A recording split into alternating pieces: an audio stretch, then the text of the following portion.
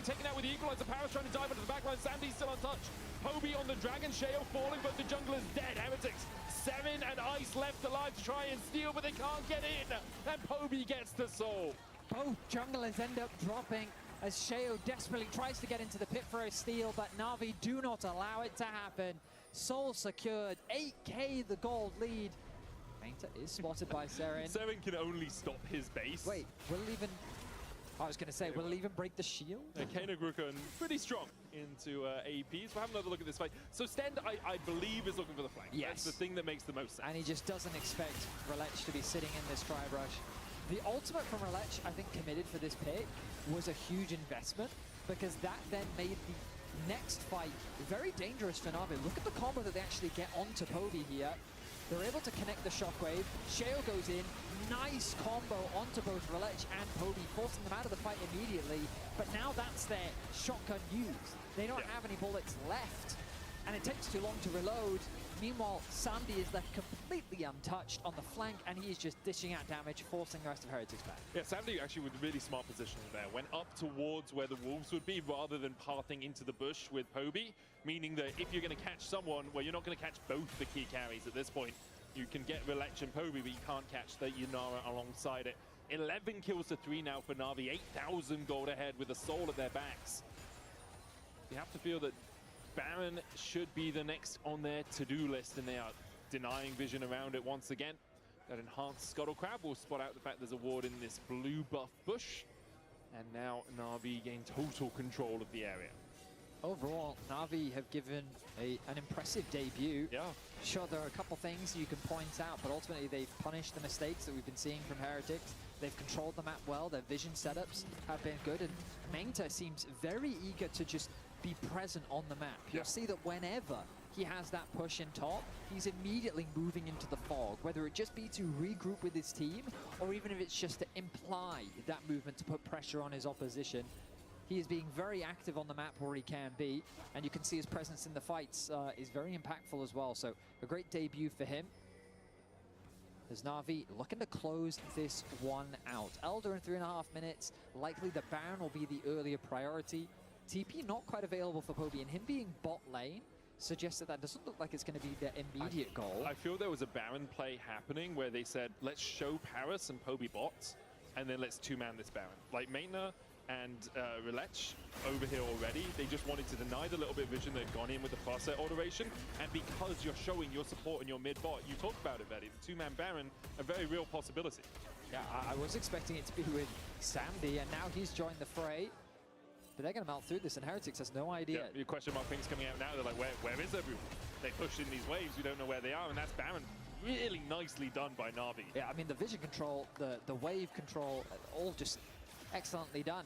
Sandy kept the push in mid. He had an extra deep push before he rotated over as well. You talked about them being spotted on that bot wave, with Mengta also keeping that top lane pushed in. Now with the Baron, they can set their sights on these tier 2 towers. Every time I see that crystalline overgrowth, if it's been there for a little while, it's just an absolute chunk of a tower. Sandy stepping forward, looking for this tier 2 in the mid lane. Sten looking for a flank position, but can't quite find it. Last time we went for one of these, died at Van Dragon. 10,000 gold now, the lead for Na'Vi. 5 towers to 0. Heretics only have those 3 kills to their name, and 3 grubs. Shouldn't deny them that. There's Na'Vi now. Mengta TPing in towards the mid lane. No wave there for him, but I'd like to see him actually catch that wave. I agree. I feel like he should have just caught it, cleared it out. It looks like Relech is the one that's going to go do that. They're going to keep him in a side lane. They want to keep Mengta with the rest of the team. That shield now, a good 25% of that health bar. Yeah. A very tanky Cassante helping lead the way forward for his team. That's the teleport shield sitting on him right now. Koenig just expiring. Based off your max HP, so that TP shield, very powerful when you are stacking health like this. Does fall off. Na'Vi still get the tower. Meanwhile, Relech is just up in the top side. How are you going to deal with me? He's going to take an inhib tower by himself here. So perhaps the idea of putting the Kiana in the side rather than the Cassante working out there for Na'Vi. Paris heals to get away from the clutches of Stend and Sheo. Now with the Sun Disc down and the inhibitor down in the top lane, Na'Vi can readdress exactly where they want their forces to be. Still 4 on the bot side. Relech has a wave crashing about the middle of mid lane, so it'll be a while before he can actually get that one towards the inhibitor tower. Can Heretics even engage? Sten was level 9 for that whole duration. And all I could think of was a level 9 Rel diving into a level 16 K'Sante. Yeah, welcome to support. Yeah.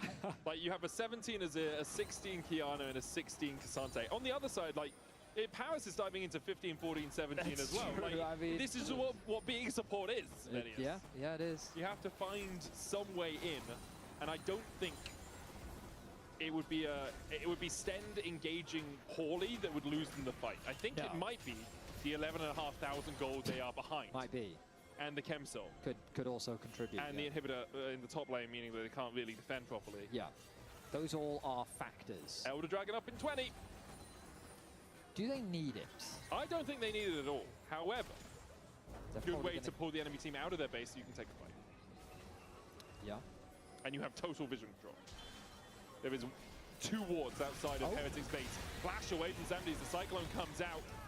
Good reaction. That was a very fast, because Sheo, I think, even predicted the flash. So he was in range, and then he flashed in front of it to try and to get the knockup, but they flashed at the same time. Flash ult dash coming out from Sandy. Sheo looking for the steal here. Toby's over the wall. The Elder's already down. Emperor's Divide comes out, and pop goes the clone. And following it up, Sheo will fall. The Equalizer comes out, Seren getting chased out by Paris, lech flashing in, looking for the fight, as Heretics do actually have an option to go in for a little bit more.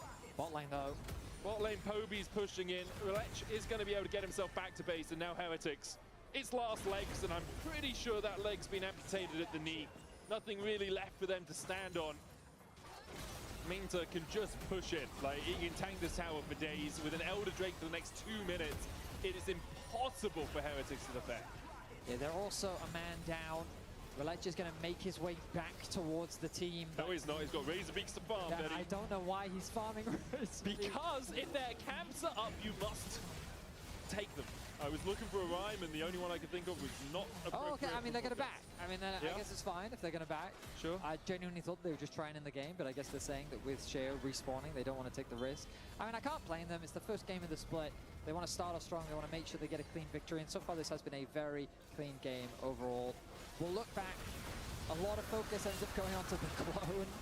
The ultimate was invested as well. Paris commits his flash, and they use that to help Sandy get in range and land a auto attack. The Shockwave plus Rumble ulti combo meant that it was getting a little scary. Seren sees an opportunity maybe to get something back on the Relech, but doesn't quite find it.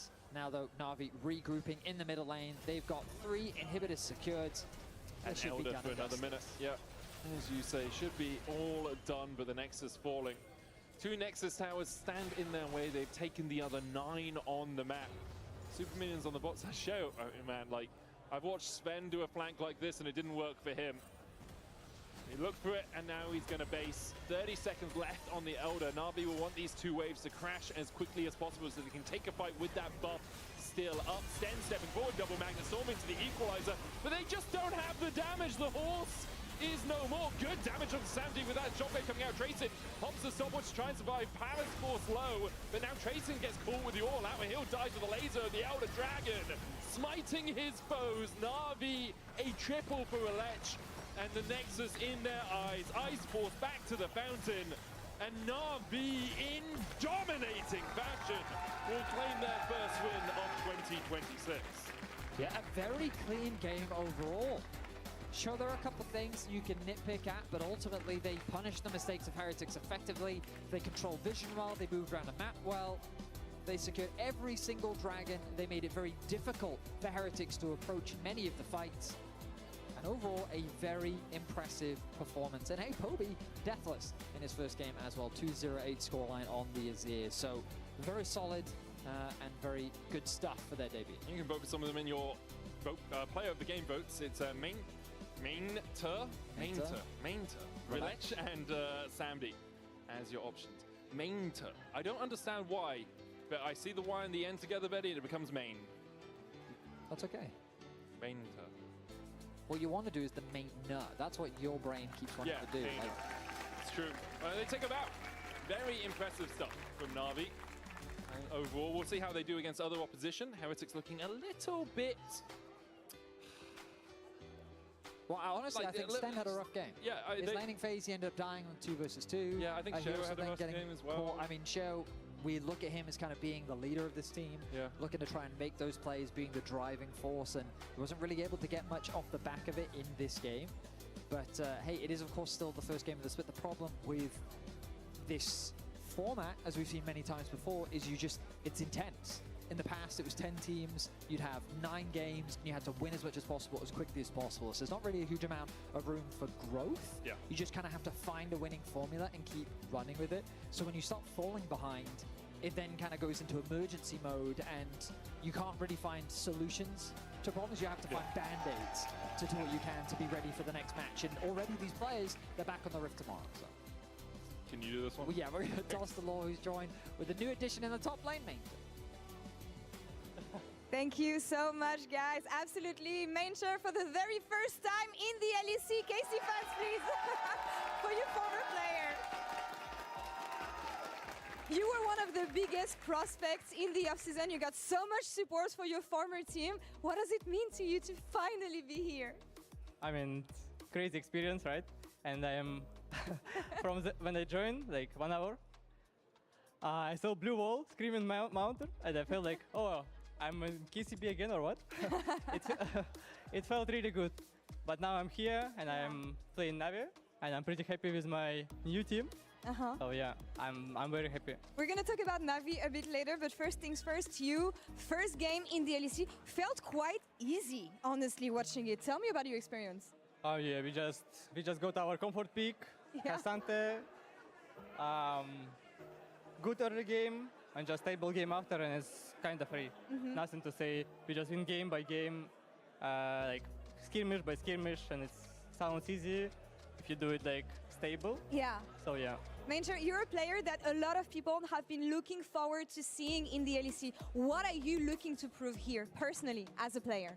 Like, which player I want to match the most, or what? What are you looking to prove personally? And also, which player do you want to match the most?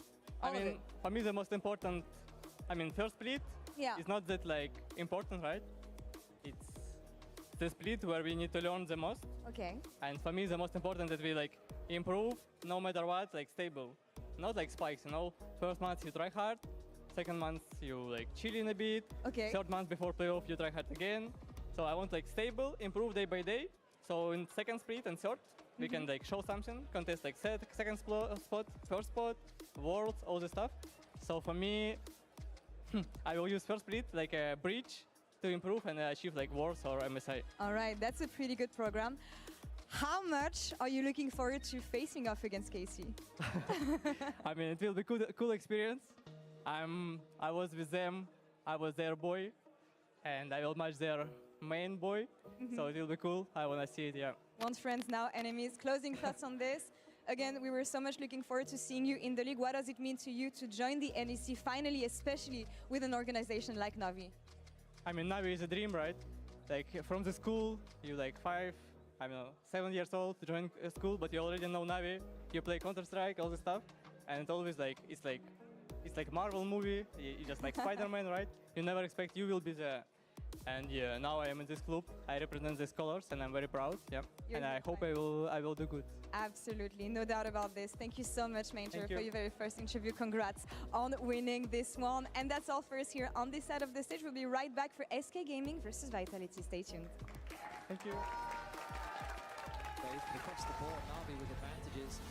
This is great actually for Navi, because Valencha's here. Supreme Display of Talent will knock Ice down, and he is melted where he stands. Okay. They engage. Oh. It's fine. We win. That's fine, it's fine. I can go more. Just keep doing it. Both of them are Cheryl. Cheryl looking to steal it. Toby's over the wall. The Elder's already down. Emperor's Divide comes out, and pop goes the clone. And following it up, Cheryl will fall.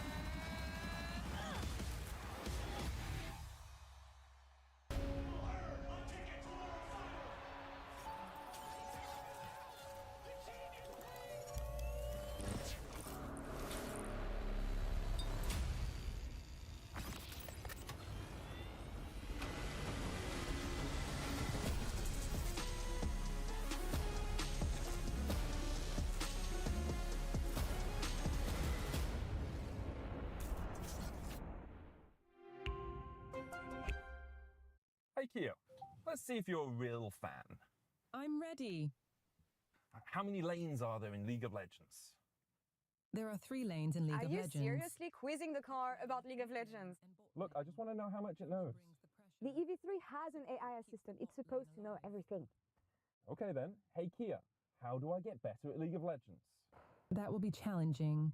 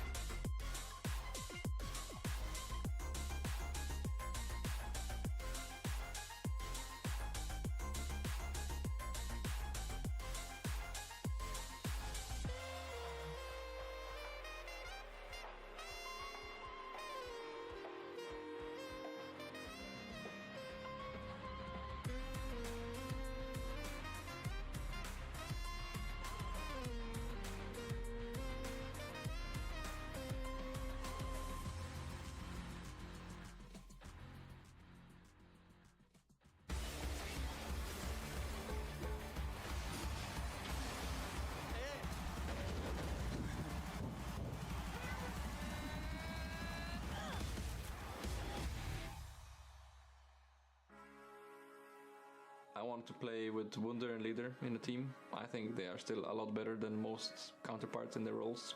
SK was the only team that actually was willing to risk it, I guess. Skeens was like a pre-existing SK player from the previous year, and head coach, who's also there from last year, was like vouching for him and wanted him, right? I didn't expect to play with like Mickey or Wunder. I just wake up one day and they told me I might play with this guy, and I was actually just really happy. Good jungler for Leader because they already played together before. Basically 2 years of no competitive play, so a lot of skepticism around me and what my level is and everything. Leader turns back straight onto Mickey, dives in the first duet. That was gorgeous from Leader. Because I was actually playing a lot with him in solo queue, and we really didn't like each other, I would say, in solo queue, and I still think he's actually a really good player. But where were they when I was down? Look at me now. Look at me now. Yopa kind of fit most of the metrics that I was looking for. 2 weeks of trials, they turned out me. The first day he was not the most impressive, but then the more trials we had, the better it was. Like, I could see that he improved quite fast from day to day. I think expectations for me at least would be to actually win a split. it's very doable. I think no one in Europe is particularly great. The reset's going in. Broken Blade finally here, but it might not matter because Mickey, the perfect follow through, the 3-man. I think you have good players all around and everyone enjoys playing with each other, which I think is also a very important aspect of League right now. Winning a split, I think it's quite realistic. That's kind of what I'm aiming for. Look at me now. Look at me now, indeed, Mickey. You know, he's the guy who calls the shots. He's the guy who makes the roster. And as leader said so good, nepotism wins, baby. It's Project Mickey X, and they're in the pursuit of happiness. And we're going to have to see if they're going to be able to bring this one forward, because it is all these pieces that Mickey has wanted now coming together. And, you know, Mickey played a little bit with Wunder last year on Fnatic when they were trying to figure out who they're going to move into the top side. Now he's bringing them onto the squad. It feels like, you know, you're staking so much of all the good graces you've built up over the years in the LEC on making this roster work as Mickey. You believe? I mean, I just get so emotional when I see those old Astralis clips, because that roster to me was really precious. Me, Leader, 113, Jonghoon and Kobe. Did you say yourself? Yeah. Yeah, I was in there as well. Yeah. But like seeing Leader on the Relia, because when I started playing with Leader in Astralis, he came in and he kind of shaped our team. He forced us to do a lot of out-of-side of game activities and really pushed us together and made us bond a lot. And I really enjoy that about him, because I feel like wherever he brings the team, he's taking them with him. And I want to see where he can take this team as well. Speaking of building a bond, on Vitality, Humanoid and Carzzy are back together. And let's take a look at a couple of tweets, because this, for people that are unaware, this is like a beautiful relationship between them two. They missed each other every second. They couldn't be alongside each other. They just need to be together.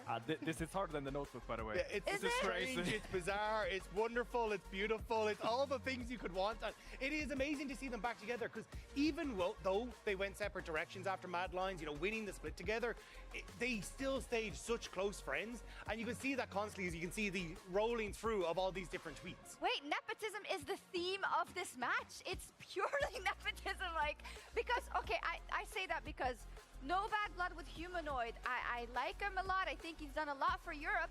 But Shayak was very impressive to me, and he was on an upward trajectory, and I feel like it's kind of, I don't know, like, I don't get it. I don't know. I see Humanoid Carzzy, a Turkish top laner, exciting new jungler and an aggressive support. I've seen this before. I'm getting kind of excited for this team. I know it's Vitality, and you don't always get what you expect from the rosters, but I think there's a really strong core here they could build around. And sometimes you just need a little bit of change. We've seen it from players in the past where they just find a happier place to be, and that could be it for Humanoid. Back with Carzzy, maybe that's the magic, maybe that's the secret sauce that he needed to succeed.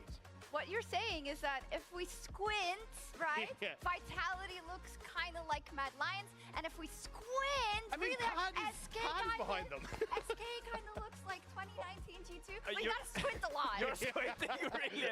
Be careful with your eyes. I have like -4 on one eye and still like. Yes, squint we a take lot out the on one. contact lenses and see how it goes. Yeah, exactly.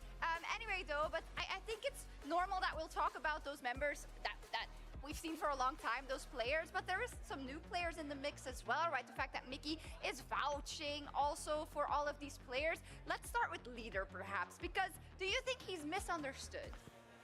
I can fix him. No, okay, so Leader, he is very aggressive, and he wants a lot of resources so he can play aggressive. And I think this is a very good, because a lot of players, they go on stage and they kind of like dizzle dazzle. They don't do a lot with the game, but Leader, he makes things happen. He sees a lot of plays and they're not always good, but knowing he has Mickey and also Skeens right by him, I think they will be a really volatile mid-jungle support for you free, and I think there's going to be a lot of action. And that's the thing I want to hit on. Like, I was very impressed with Skeens last year. Like, you look at that Nocturne game that he had where he was absolutely popping off.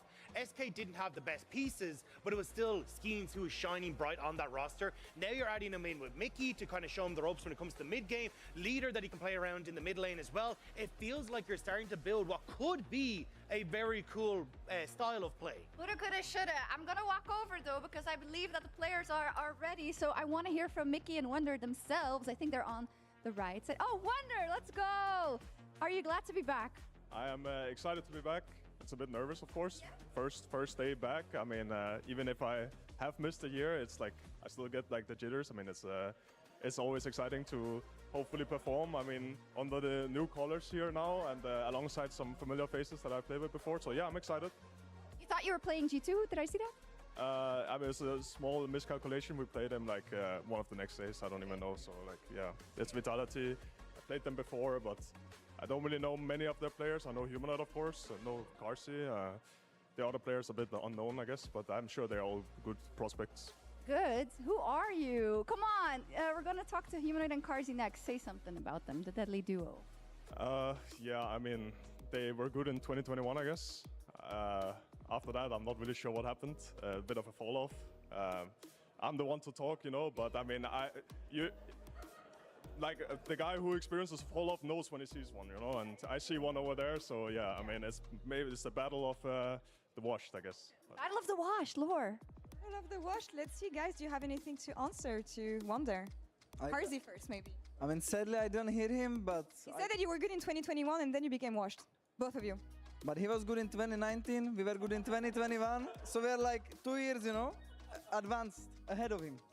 Battle of the washed, indeed. Let's solve this one on the Rift. SK Vitality right now.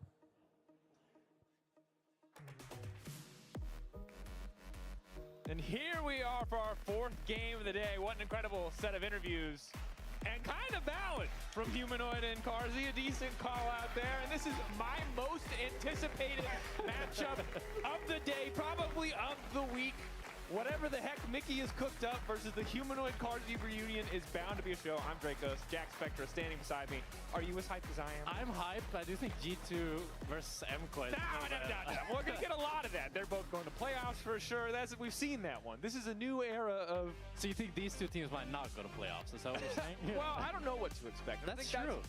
After a day of me really looking forward to a new season with new changes and what I thought would be new League of Legends where people drafted the most boring compositions I've seen in my entire life since I saw them all at Worlds 4 months ago.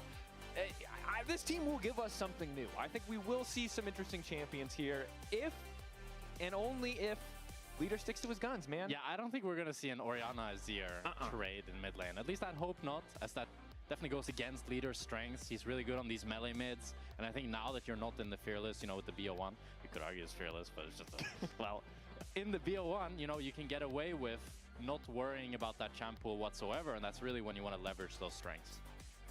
Can he get counterpicked? Now, if you missed it earlier in the day, our colleagues were discussing the new nature of right of first selection. So a team will get the choice of choosing side or choosing if they want to do first pick. And if that sounds confusing to you, it's confusing to me too. But TLDR, sometimes the red side will get first pick and blue side will get last pick. And we'll keep you up to date as we get ready for picks and bans on how exactly this has unfolded.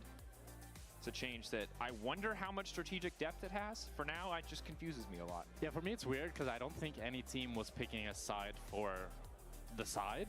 Like, people just wanted either counter pick or first pick.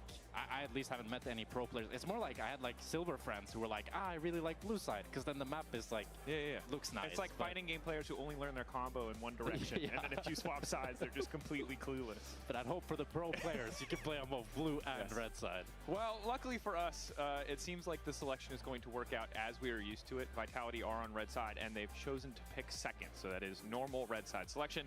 Malphite banned away, as is the Poppy and Azir. Akali feeling like a little bit of leader targeting there, although Akali is very strong, alongside Rumble and Varus. So nothing too crazy quite yet, although Malphite being banned, of course, if you've tuned into the LCK at all, you know that this is a champion that's rearing its big rocky head. Yeah, and this is where you're looking at something like the Jace that we maybe didn't see last game, or the Orianna, but since it's like, it's leader, I'm not expecting an Orianna first pick, and it's gonna be that Jace. Locked in for SK, it's a flex between jungle and top, really obnoxious on both lanes. I'd say stronger on jungle, at least in solo queue I've been seeing it mostly in jungle, and it just has a really good clear, just pokes from afar, and very easy to execute. Okay, so the Jace and his potential flexibility, maybe in a new role in the jungle, but on the opposite side, stock standard. Yeah. A Corki and a Pantheon. I mean, Pantheon provides that utility and just like global with the ulti, you can contest kind of everywhere, and just so much damage. Corki I'm really surprised by, honestly. I thought finally we were entering a meta where we wouldn't see so much Corki, Varus, these champs. We would see crit champs, because crit is really buffed now. It's 25% more damage. and even more so with the Infinity Edge. But even then, we're still seeing kind of, I mean, Yunara and Corki, both of these champions are going to build some crit, but it's a little bit delayed with Corki going the Trinity Force Mana Immune and Yunara going the Kraken. So it's not these true like hyper carry big one-shot crit champs that I really was looking forward to.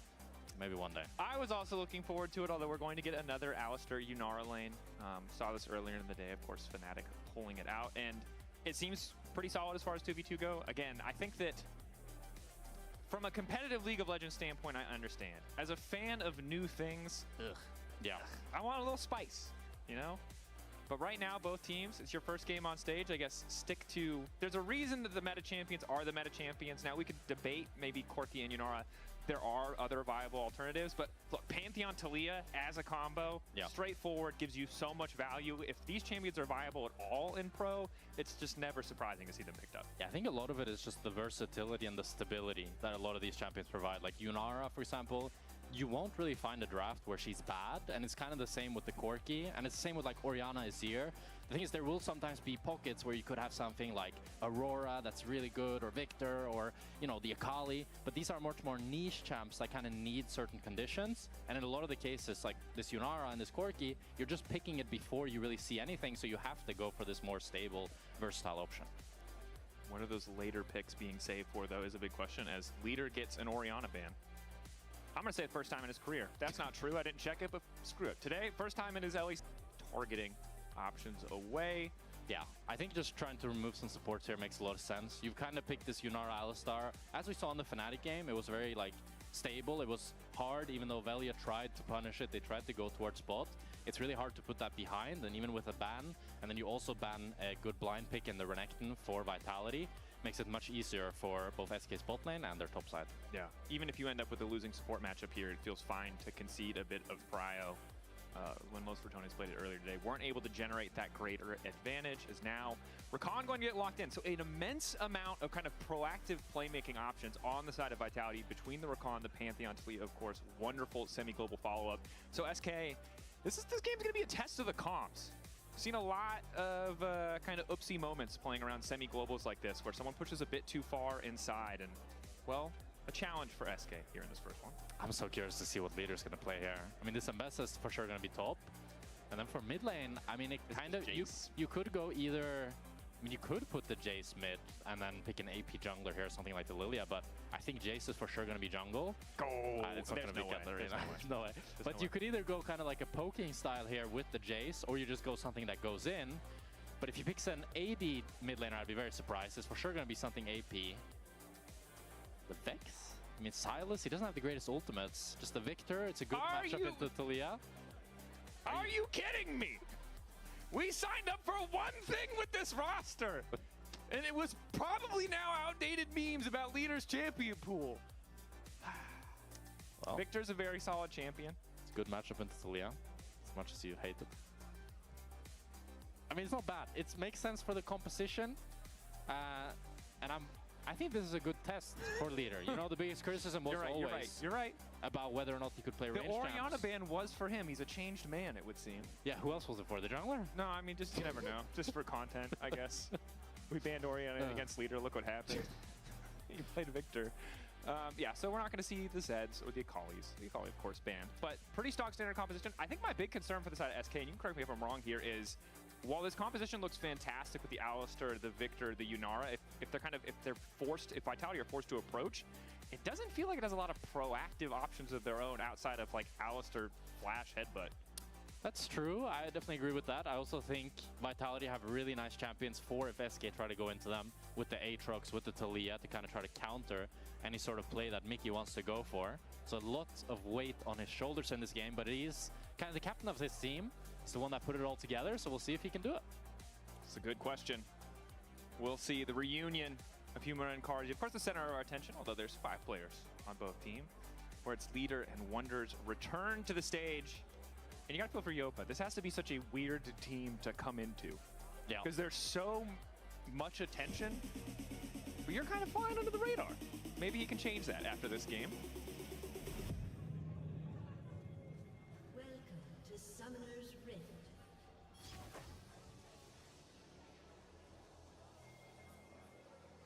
I'm really excited for Yopa.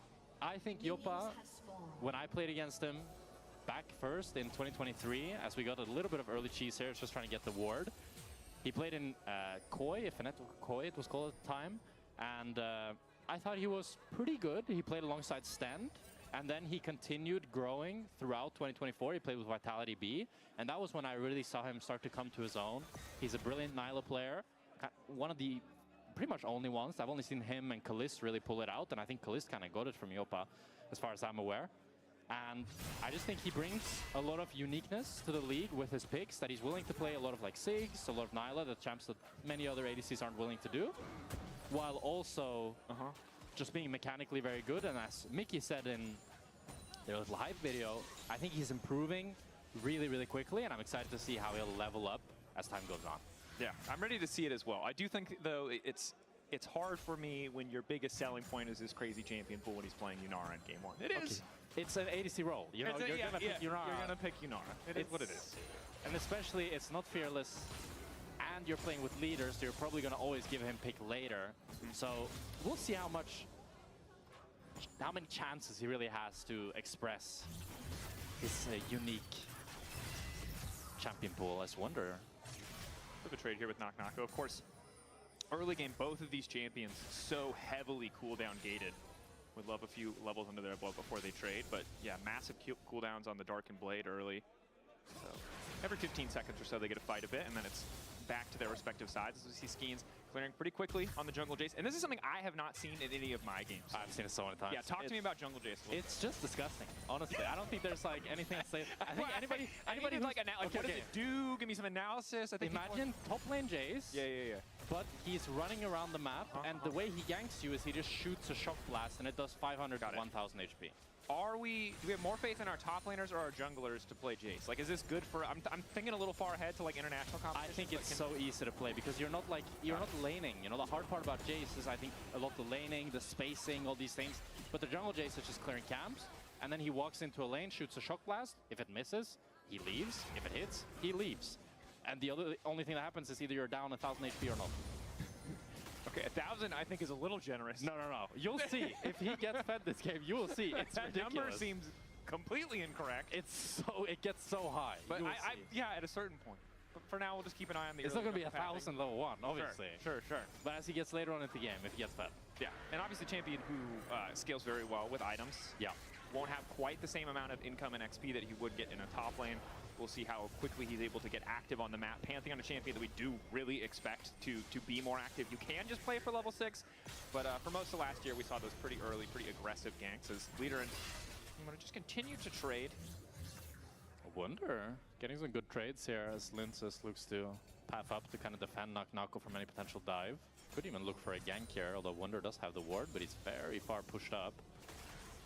A little bit rough for Wonder. Drake Hound step once, twice, flashing backwards, but the Infernal Chain's already connected. Good dash back. Wonder will be able to walk his way out. Does, of course, cost him the flash, so incredibly vulnerable to the next gank, but keeping your life after using the flash, pretty critical. Yeah, and he's still able to retain the good kind of little CS lead that he's built up. Continue to push in the Aatrox as leader, taking really bad trades here, but Skeens is around. Okay, here we go. 1,000 damage. Everybody ready? Here comes 1,000. Oh, 1,000 damage. It might be enough. Mickey's going to take the kill. He's going to wait. He's going to donate it. They're taking their sweet time. He flashed from Skeens. First blood to SK. I need a mathematician on that one. That can't be worth. No? It's 400 gold. I mean, yeah, but he got 200 gold for the flash because he would have gotten a 200 gold assist. But this is a really good start. Excellent gank timing. Coming in for Skeens, obviously recognized that Linces had just been towards the top side of the map, and Humanoid, a bit over-eager, I think, to press his advantage, does end up costing him. You know, after contemplating it more, it's worth. Because now Jace will actually get towards the 1,000 damage Q power spike. You will see it. I'm just wondering if you even play League of Legends or you're just hallucinating this, if this has ever happened. You're gaslighting me right now. People who have played against Jungle Jace, like got fed, they understand what I'm saying. This gets ridiculous. I mean, let's let us know on some form of social media platform, whatever. Because yeah, I haven't seen it yet. But that, you know, I trust you more. You play more League than I do. It's fair. I'm in ARAM Mayhem, where Jace doing 1,000 damage has nothing to do with build or he's meta. Got jeweled gauntlet. That's a little different. Level 6 now for Humanoid.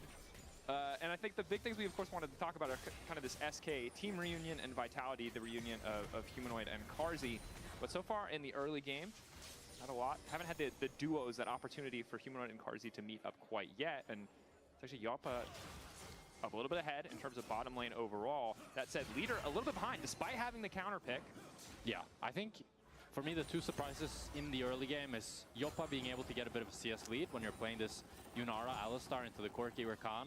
Typically, Corki is a little bit stronger than the Yunara pre-6 and can kind of get a little bit of a lane lead. We saw it in the Los Ratones Fnatic game, and especially when you have the Alistars as well, the level 1 is just so weak that I was thinking that Vitality could leverage a little bit more, but Mickey... Into the wall, pull, go through on the additional auto, so... But just not really able to follow up on that damage, even though Mickey does get every piece of CC in the kit. So Carzzy and Fleshy holding their own, surviving, but as you mentioned, kind of expect them to be more thriving. You've got the Q heal coming in from Rakan, Corki early damage. Normally feels a bit more impactful, especially with the Sheen early itemization. Yeah, but then I think the bright side for Vitality is kind of this mid lane. When you're picking the Victor into Talia, you're really hoping to bully her out, as he's a little bit doing right now, but it's still Humanoid with the gold lead, even though Leader got that gank. And with the push is Knocko hitting all 3 Qs. Wonder debating if he can go back in. Of course, you do get a bit of Omnivamp once you crest that level 6 mark as the Ambessa, but Knocko, perfect trade to really force Wonder out. Wonder does have the TP, so he shouldn't lose too many minions here. Pretty stable laning phase, though, from both sides. Kind of been the name of the game. We haven't seen too much action today in general. And the plate goes over. Unfortunately for Wonder, not able to defend with the crystals. Those crystals. I love those crystals. They're so satisfying. All right, calm down, Walter White. Let's see. Leader, dead! There's the Pantheon engage! Flying high from the sky, Leader. Had to burn a lot of resources just to stay even and push, and that one going to cost him dearly. Kill does go over to Linsis, which not the worst place to put it, but he probably would have liked the additional gold. Already, though, building up a 400 individual gold advantage. It's great punish by Linsis. Just ults, flashes, makes it so there's no counterplay for Leader, as Leader's kind of walking up, trying to cancel Humanoid's base and just be annoying. And it ends up being his demise. And with that, it helps Humanoid now generate a little bit more lead, as he can now continue to push in mid lane. And you've kind of gotten past, I'd say, the worst part of the laning phase here for this Talia. As you continue to get more and more CDR, Talia can just queue the wave and just kind of be this chill mage that just roams around and always has pressure with her ulti. And I think this is one of the reasons that people are so excited about this particular version of Vitality, is that Humanoid is a player who has, I think they're mixed opinions, you know, of how he is outside of the game. But when he's playing, when he's really performing, we know how phenomenal he can be. And a lot of his best moments are alongside Carzzy. Of course, this duo, just so many games, 161 games played together, the entire Mad Lions era, now reunited. Some of you excited for the gameplay. Most of you may be excited for the tweets. It's a lot of good tweets. Good is a word, most certainly. Explicit is probably the other word that I would use, but not my particular cup of tea in this case. Sometimes you want to know less about people, and that's kind of how I feel about Carzzy and Humanoid sometimes. I want to know more. Don't say it, brothers. I can't reference. Well, I'm happy that they're back together. So. Yeah, back on track. Back on track. Not all of us can be SK fanboys. Whoa. I just want. I have. Okay. In my defense, hold that thought. Wonder might be getting solo bullet. Knocko. Clap it. We saw that. Is this the same clip? We saw this 30 seconds ago. This is Aatrox Ambessa. Oh, wait a minute. Okay, this time he dashed backwards. In my defense, when has a pro ever said, look at these players you all think are bad, I believe I will bet my entire career on them? No. What happens is random managers that we don't know about are like, this team will win worlds. And we're like, okay, bro, you're like 8th place. I'm just saying it's a nice change of pace. Oh, you kind of did that. I know people will say it's different because it was rookies, but at the same time, it was still that he was replacing like big name players with rookies that people were saying were bad. True. You're right. So shout out to Mickey, second in line to do it in a much... He still has to do it. You're saying it like second in line, no, to make the bold claim. Okay. He hasn't done anything yet. Okay. He had one gank mid. I'm not counting. No chickens have hatched. Nothing has happened. Yeah. That said, the gold essentially dead even. We did see the early Drake traded 4 triple grubbies for the side of SK, and with the Jace, they might have a decent amount of side lane pressure, although, again, mid and top lane, both being this far behind early on, is rough, especially in the context of the Victor counter pick, which, as you highlighted, kind of the reason you pick it are those early levels, obviously really strong early trades, and those early levels are already over. Yeah. I do think put the Mbessa into Aatrox, you kind of find scale more, but here, Fleshy going in. Cleanse, flashback, the knock-up, excellent from Fleshy. Lince is there to follow. You have to be looking for an extra second, but it does not matter. Comet Spear going to connect to finish that one. Fantastic prediction there by Fleshy. Catches Yopa out, even though he uses all his summoners, but Mickey behind Humanoid. Trying to backstep. Ulti down for the Victor. Mickey taking his time to walk in. Headbutt pulled. That's the combo. A little bit extra damage from the Storm there. Kane, leader wants to follow up. Finally, the flash in. Bit unnecessary for Mickey, but manages to get it done. Skeen's on the way top. Initial interrupt coming in from Knock-Knocko, and they no longer want that fight. Wow. Wow, Knock-Knocko is really feeling himself in this top lane. It's a great roam from Mickey, helping leader out. And it's a lot of the synergy that Mickey was talking about, that he really feels like he understands leader and how to play around him. And I think that's what leader really needs. Fleshy just keeps catching these recalls from members of SK. Yopa in bot lane now, leader in mid as we see a TP on the way. Shouldn't amount to too much, however, but also credit to Knock-Knocko on the top side of the map, right? Kind of single-handedly dissuading that gank from Skeens. I know we're going to go into the replay now, and we're going to see some Fleshy do something great, but I think what Fleshy actually did before this replay is also really huge for the game.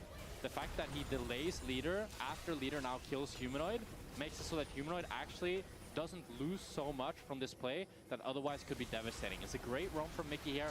He holds his combo until Humanoid flashes. That way there's no counterplay for Humanoid. Leader flashes it to Leah W, and it's just an easy kill. And this is where, if Fleshy didn't open mid lane there, cancel his base, you'd see that Humanoid would be down in CS, but he's actually still up 20 CS, still up 300 gold, even though he's 0-2. I mean, excellent support, and you can see from Leader and Mickey as well, they burned so many sums in that sequence of plays. Now, the good news is Blackfire Torch is completed as Wunder now in trouble, trying to dash his way out to safety. Public execution not quite there. Lince is now on a killing spree. SK trying to fire back at the bottom side of the map. Carzzy flashing out to safety. Stun connect from Mickey. Skeens! The shock blast, not quite 1,000, but enough to secure it. It's getting there, but a bit questionable there by Carzzy as he W's forward and then immediately flashes back as he realizes he's in trouble. But I think he needs a little bit more spatial awareness there to recognize his team is diving top lane. He's on the weak side, he needs to chill more, but SK, they're able to punish, they get some plates, they get some gold into Yopa, and it really feels like Yopa and Skeens are their two kind of big players here that they're able to invest a lot of gold into, but that is a huge... That's so much. Look at that number in the top lane. 1.4k individual gold advantage. Right as Wunder's completing that first item, Knock-Knocko had his ages ago, well on the way to the second. It's a full level ahead as well. This Aatrox, it's a big problem. We'll see how SK can deal with that. One of those champions that can just be so tricky if he is able to find that flank. Wunder. Oh, Carzzy is playing with no fear as he has Linces behind him. Linces moving in. Ulti not going to do anything for Wunder as he goes down. SK looking for a clean pickup on the side. Knock-Knocko now going to be in trouble. See if he can outplay this one. Ulti to get the move speed to try to make his way away to safety. Huge healing coming in. He needs one more auto to get it out. Not enough to keep him standing. SK able to grab a kill on the top side. It's valiant effort by Knock-Knocko there, trying to flash away and buy as much time as possible. But there's just too much damage, especially on this jungle Jace. Wow. So much damage. If we leave this cast and I find out that no one has ever played this book and you're the one gaslighting me, I'm going to be so upset. Yes, Jungle Jace doing decent damage. Credit to Knock-Knocko. Thunder Sky obviously nerfed a bit, but healing wasn't enough to keep him all the way topped up, all the way healthy there. So, bit of gold back. Nice to have the shutdown. Fortunately, though, Yopa not really able to hold on to the gold lead that bot lane was building up. Leader has got a little bit, but overall, Vitality just feel like they're getting a bit more out of the trades across the map.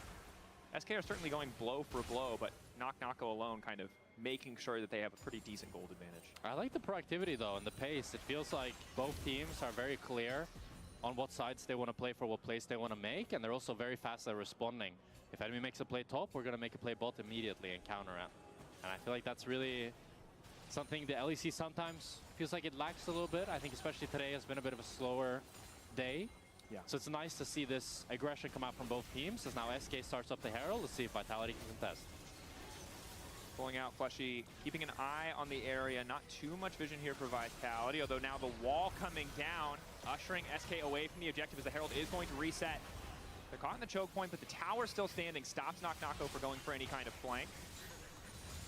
So ultimately unsuccessful, although it doesn't really look like Vitality feel like they are in a position to immediately start the objective, instead just opting to reset as Humanoid forces out the side lane. Yeah, it was a good wall by Humanoid there, but they don't quite have the follow-up, as SK was a bit too deep into their own territory. Ends up just being kind of a stalemate, as both sides are able to just keep ping-ponging waves. How do you feel about Vandal Pipes? That's very OP. I was really surprised. So Vandal Pipes just got like, or it's getting nerfed next patch. And I thought it was for sure 2,200 gold. Nope. And it was getting nerfed to 2,300. It's just 2,000. I feel like no completed items cost 2,000 gold. It's a crazy cheap. Yeah. It's like in today's economy, 2,000. Finally, something affordable. Yeah. Made for the people. Immediately gonna get nerfed. Okay, we see how it is. Okay. Finds an angle, doesn't get any initial damage down. The Fleshy now trying to chase and follow. Mickey looking for the interrupt. His leader's living for a damn long time. Humanoid forced back. The stun from Mickey still manages to connect. In goes Skeen. So much damage to follow with the public execution. Now Linsis, the one who's caught out Vitality a bit over eager, but Carzzy finally arrives to the fight. Still, Mickey unbreakable as Linsis tries to get out and manages to get shut down. Yopa finding the kill. Vitality on the retreat. And Vitality bit off too much like a chew. SK are faster to collapse, and they defend leader with their lives as they take down 3. Wow. Impressive turn. Looked a bit dire. Humanoid was the one who initiated this on the side wave. Remember, Vitality started this play. And it looked so good, but they just don't have any real damage on leader, as they're not able to chain any of their damage together. And then Linz is off to the side. Carzzy is too late, trying to Valkyrie forward, but he can't get any damage down. Knock-Knocko is zoned off. It's just too disjointed, and SK are the one to get everything. Yeah, as you said, faster on the collapse now, and the Vandal Pipes, no matter how cheap they are, did not make the difference in that fight, sadly, for Fleshy, as I think Humanoid just went a little bit too early. That moment of miscoordination now as the wall's been laid down. Yopa has to keep an eye on the shove, but it does go to Mickey, and down he goes. A tier 1 gonna fall as well, and Vitality right back in control, even after that topside play. And it's important to note, while SK does have 3 grubs, it's 2 dragons to Vitality. They got the mid tower first, and it looks like they're now going to get the Herald. They definitely feel in control in this game, and especially as we go in towards that 3rd dragon. Or your boy Chips Ahoy. that comment did not age well. They got the one play top, you got to give them that, but as you highlighted, right, Vitality right back in control. Wonder is going to get some gold on the side lane, which will start to diminish some of Knock-Knocko's individual lead. But of course, 2 Drakes already backing up Vitality make the way that they play this out a bit easier. That said, if Wonder can start to take over in a side lane, they do have 3 grubs. They can put a lot of pressure down. Yeah, for sure. They do have good split push threat. I think Jace as well, one of his big strengths. As you've seen, he's got that pickaxe item. I don't remember the name. Bastion Breaker, Shout out to the production team, and also... Oh, you have the graphic? I do have the graphic, I think. Ooh, Bastion Breaker, Bastion Breaker. Also shout out to the team at the LCK, because we had someone sick this week, and they hooked us up with their graphics, and we just had to change the colors a bit, so... Wow, yeah. Well, homies. You see that Jace has got that item as well, so he can look to split push a little bit, while also having the Yumus allows him to be incredibly fast running around the map.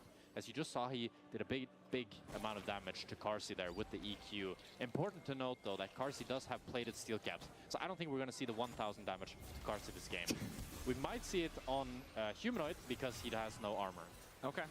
I eagerly await the 1,000 damage. But of course, yes, Bastion Breaker can do a massive amount of work. Wonder, though, going to kick the fight off immediately. Yopa not able to get in quite yet, but Wonder alone making a decent amount of damage happen to the backside of the map. Skeen's now retreating. Wonder trying to get away as he may have overcommitted. Mickey backing off as well. Has already used the ultimate, so he's starting to fall very quickly. Yopa's ulti's still going, but Knock-Knocko just continues to push forward. Herald finally dropped. Wonder caught out. Humanoid finding his target.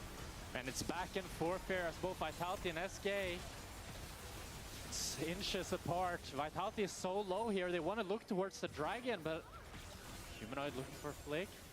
This is such a risky face check.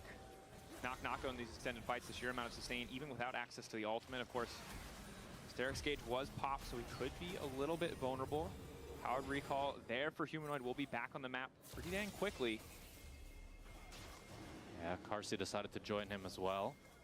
As Humanoid Looking to ult on mid lane here on the leader with the Ulti coming in as well. Lince is though pretty low. Aegis Assault not going to face the Victor, but it might not matter. Leader finally able to get one back. Fleshy.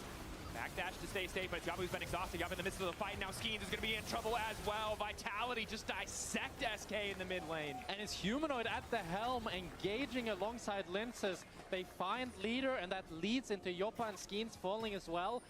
And that might just be Baron Nashor. Certainly seems that way. Huge advantage in the previous fight. And again, you said it. We knew the semi-global composition could be difficult for SK to play against, but beautifully piloted by Humanoid and Linces. Rest of the team collapsing. Mickey and Wonder. They want to try their ults here. It's a 2v4. Maybe just Wonder hoping has for some ulti in 2 exit seconds. kills. Might look to ulti in here. Fleshy's very low. Through. TP onto leader.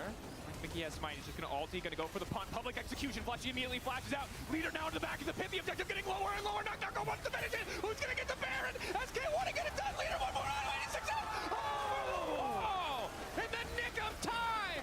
Linces is there! Oh my God, it was not clean, but it was a hell of a joy to watch. Vitality get the Baron. Linces is their savior! Not 1,000 damage, but pretty good. Pretty good damage, but Linces flashing over the wall, smiting it, and I think like 50 HP here. This goes so close. It's so neck and neck. Mickey flashing in, gets the 2-man pulverize.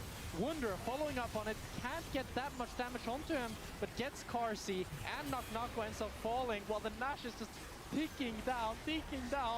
400, 300, 88, 76. He flash smites it as Linces takes it away. And that was the hero play that Vitality really needed. Man.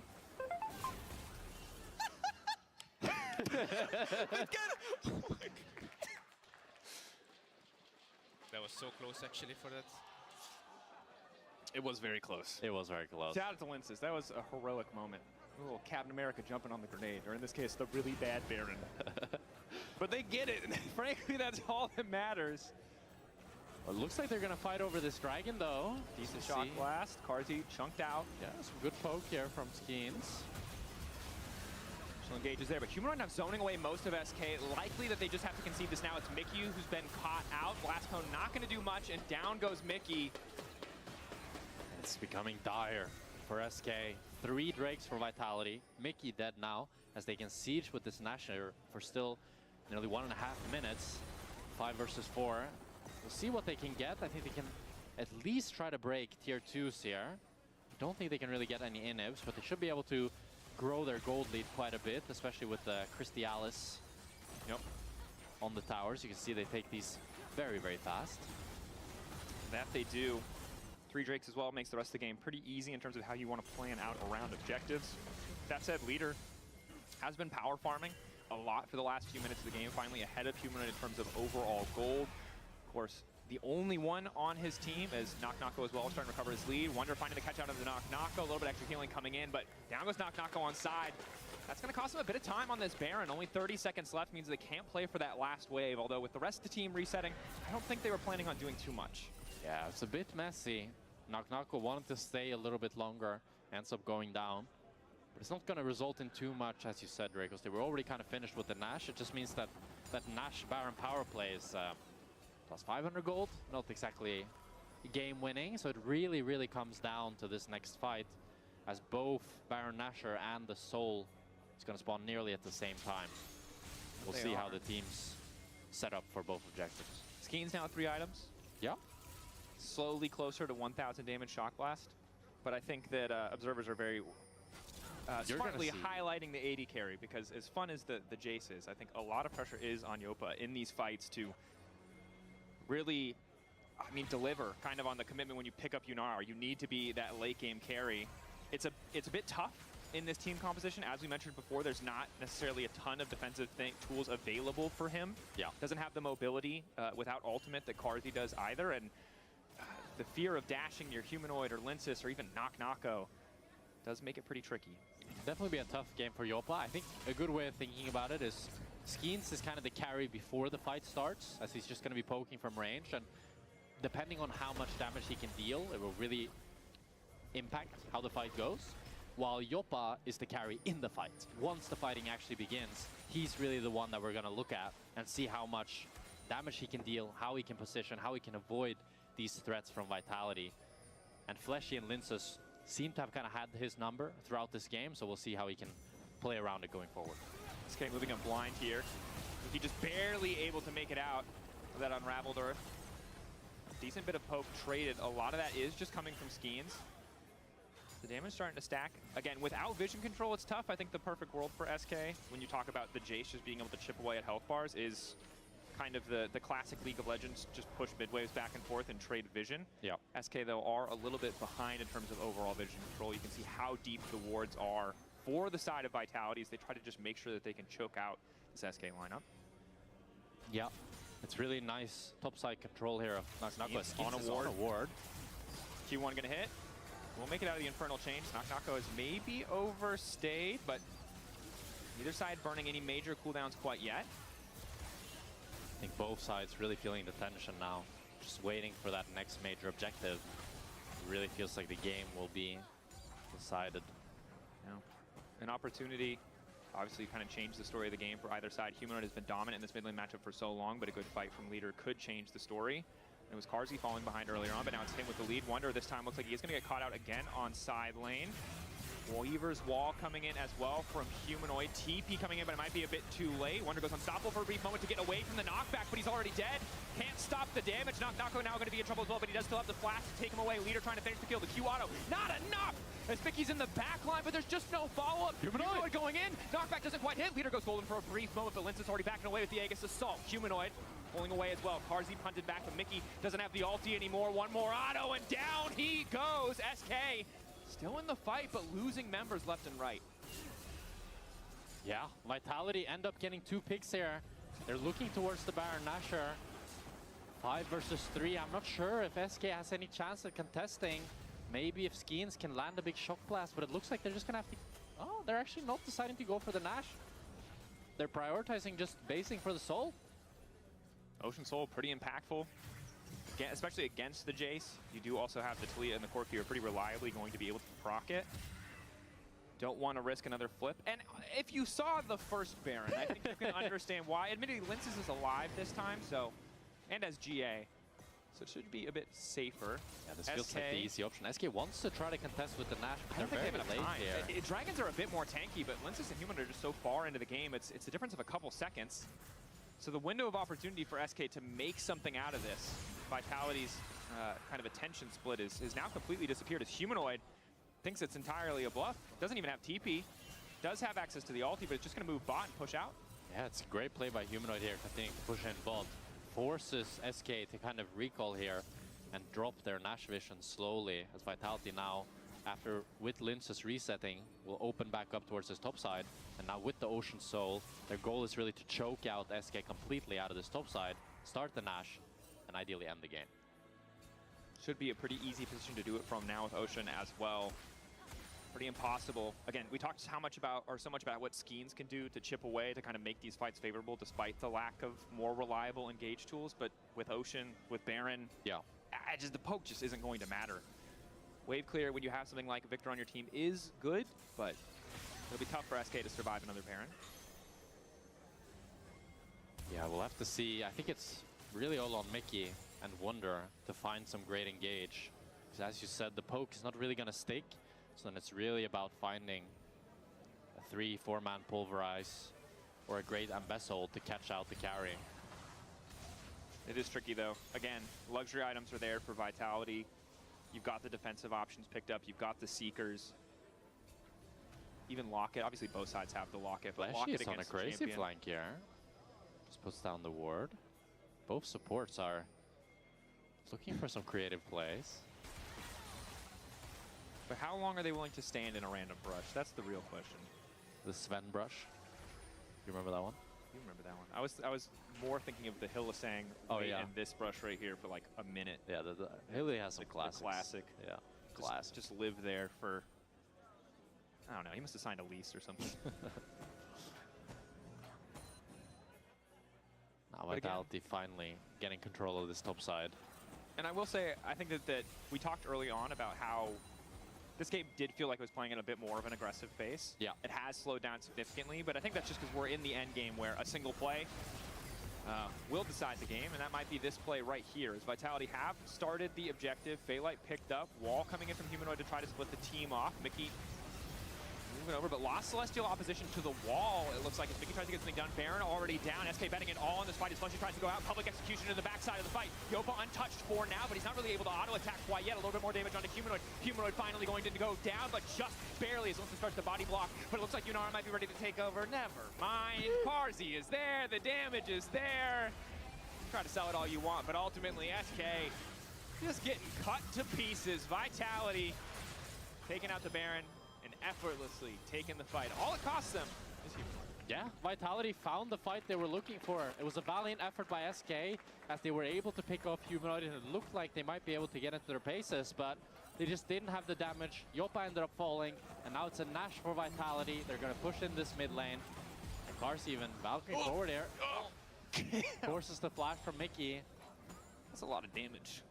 And while the game will not end here, it's really on Vitality to find defeat if they were to lose this one. To steal defeat from the jaws of victory, as it were. Yeah, and again, initially, you see Yopa kind of getting some damage down. It looks possible, but he spends so much time waiting for Humanoid to come out of Zanya's, and the rest of his team is just dying. Yeah, I mean, it looked really good here when Humanoid wasn't able to get the flick. Yopa was just able to continue autoing, but then he kind of just dies from Carzzy. And the rest of Vitality, like Naknako is up on the side just 2v1ing, not really taking any damage with this Ocean Soul and with how fed he is. So that just means that SK all die. Yeah. Oh. Now we can get the twin hips, maybe.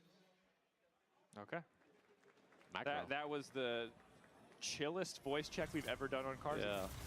I was expecting for something a bit more unhinged, but disciplined in the moments that matter. 1.7 individual gold lead. And a good bounce back from him. Yeah. Had a little bit of a tough early game, but now doing a lot of damage in these team fights. Scaling pretty comfortable. Yopa has to be careful about stepping too far forward. Doesn't really have any luxury defensive items of his own. Humanoid pushing in the mid lane. Rest of Vitality on the top side of the map. Leader finally getting some Magic Pen in the build, but I just don't think it's going to matter. Really see the value of this Ocean Soul as Carzzy and Naknako continue to step forward, and even if they get chunked, they don't really have to worry about it. Mickey going in, forced to ult early on, Fletching out, going to follow, finds the two-man knock-up. There goes Carzzy, instantly everybody dies! Vitality! Clean combo, Fleshy playing damn well this game. Quick to punish those initial engages, those overconfident engages. Of course, for SK, it was hard to find the right angle. They chose to look anyway, and Vitality back and forth in the early game, but ever since that first Baron, even though it was messy, they have been in full control. And what a game from Fleshy. He was my biggest question mark with this roster, and he had a stellar performance against Mickey X, of all people. Wow, Vitality had their number today. A good look for this Vitality lineup, and I think an important bounce back for Humanoid when we saw him kind of leave on bittersweet terms last year. A reminder of what this guy looks like when he's performing, because it really was him and Lince driving the early game. Yeah. Fleshy and Carzzy coming online a little bit later, and then also, of course, Naknako in the 1v1. I mean, Naknako looked comfortable. Naknako looked super dominant in that 1v1. We kind of forgot because there was some question marks in the middle portion of the game, but that early game, he was cooking. Of course, you can vote for your players of the game, Lince, Humanoid, or Carzzy. All solid options. Hugs all around. Sad to not see Fleshy, but I guess that's a support lifestyle. Yeah. No, you do it for other people, right? Yeah. You make others shine, so you stay in the darkness. Okay, Batman, like, saying what? Stop. There we are. And honestly, I was really curious to see how this game was going to go. And I'm excited for the upgraded version of this team Vitality. They were already on a bit of an upward trajectory last year, although I don't think they could quite make all the pieces work with how many changes they had to do in the middle of the year, with Fleshy kind of coming in towards the end. Yeah. Now it seems like they've just picked up right where they left off and on a road to get even better. Yeah, I wonder if this was maybe what they needed. It reminds me, I had when I won EU Masters with Heretics, all we changed was our top laner, and we were 8th the split before, and then suddenly with one change, that was all you needed. No, sometimes that's all you need. You need one player that kind of changes the dynamic of the team and makes everybody group around them and play better.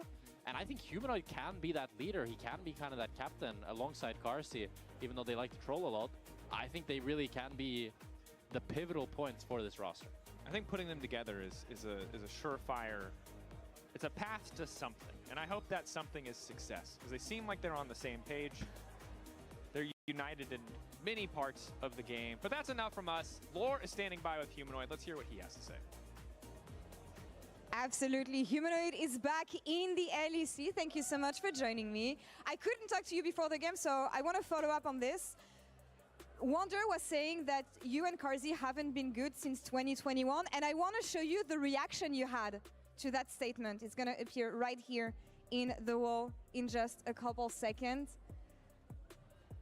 So that's the face you made.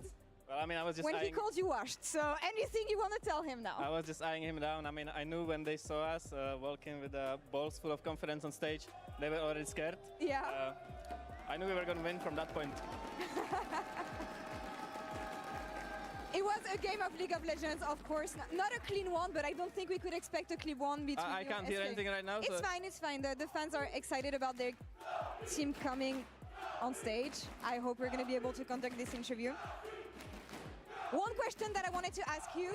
Carsey has been tweeting a lot of filthy things on social media about missing you. How happy are you about being reunited with your work wife? I am not happy at all. No?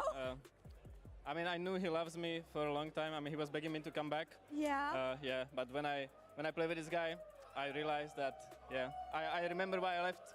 So it's just a one-way relationship, I guess. It's a love. I mean, he kind of loves me, but I don't love him, so he's kind of sad because of that. But oh my God, love life has ended between these two. Last question I want to ask you here: you left a bit abruptly last year, I feel.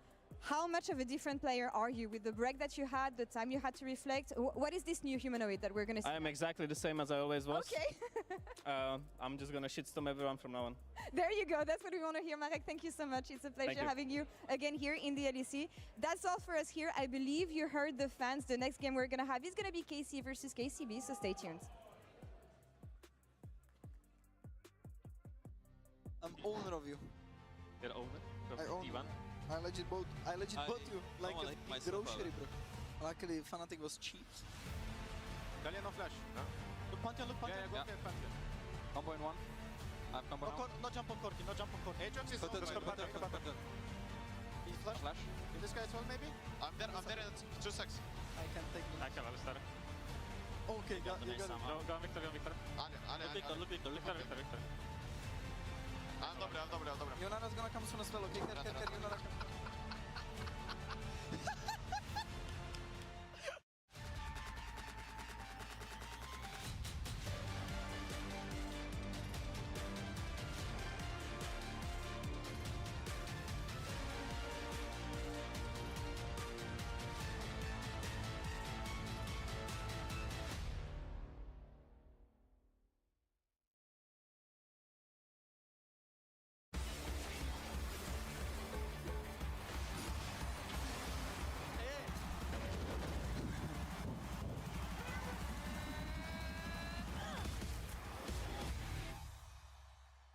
He doesn't like that. Look at him, he's a good boy, but he don't like that. Maybe we could play some A rounds or something like that. I mean, it's a map, right? New tower, new objective.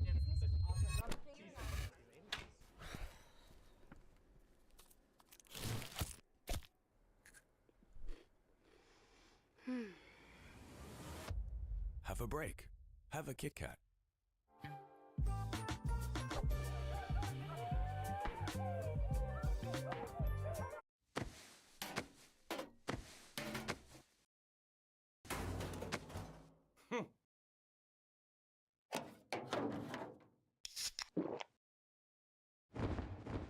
Red Bull gives you wings. Hey there. Every season starts the same way. Everyone wants to win, but not everyone prepares the same way. I can't wait to show you what I have in store. And trust me, this year, everyone's leveling up.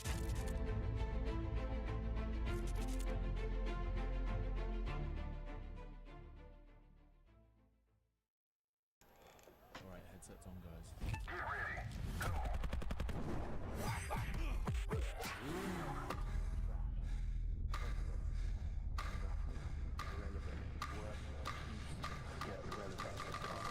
Just get up.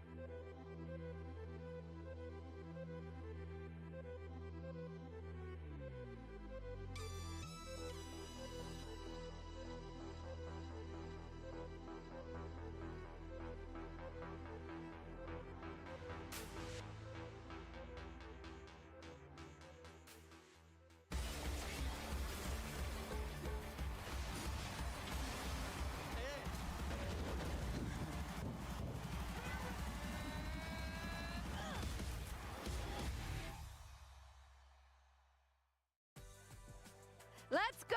It's time for KCB versus KC, a double blue wall matchup right here in the LEC, as the corner over there has been pretty loud already. This is crazy because, of course, KCB is one of the two teams that is the guest team that gets to try their luck at the LEC.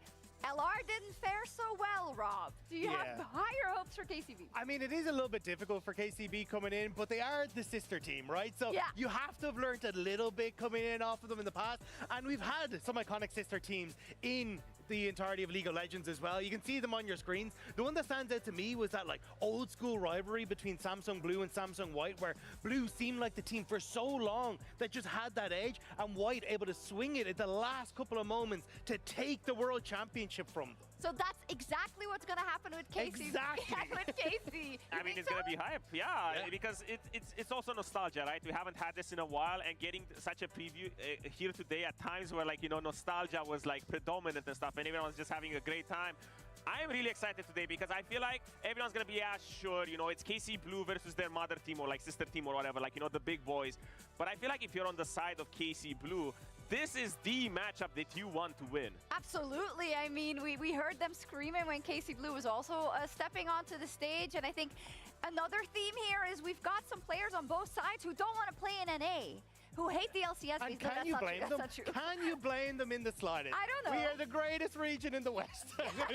I mean, so these guys, my theory is that they're mercenaries, because last year when NA was better than you, everyone was like, yeah, we want to play in NA. You know, Busi as well, Yukino came from NA when NA was better than you, and now that EU is finally the better region again, here they are, jumping also, ship. I think JoJo's writing home being like, hey guys, it's so much better. You gotta come over. You gotta it's come great. over, yeah. I mean, he's the first one who jumped ship, yeah. Maybe he told Busio, and I want to talk about this import a little bit. Well, not technically, because he does hold a Polish nationality as well, but for Busio, I think this is, for me, one of the craziest roster changes in many years. It is such high value. This is the best support in the West. Exactly. For me, this gives me the vibes of when Bjergsen went from Copenhagen Wolves to TSM all the way back in, I think it was 2014 or 2015, if I'm not mistaken, because it's been such a long time since we had such a superstar. I think it's actually the first time we get a superstar. Well, Jojo came and he left a good mark on the LEC, but I feel like Busio was uncontested the best support in the West. And I think that's the difference, right? It's like Busio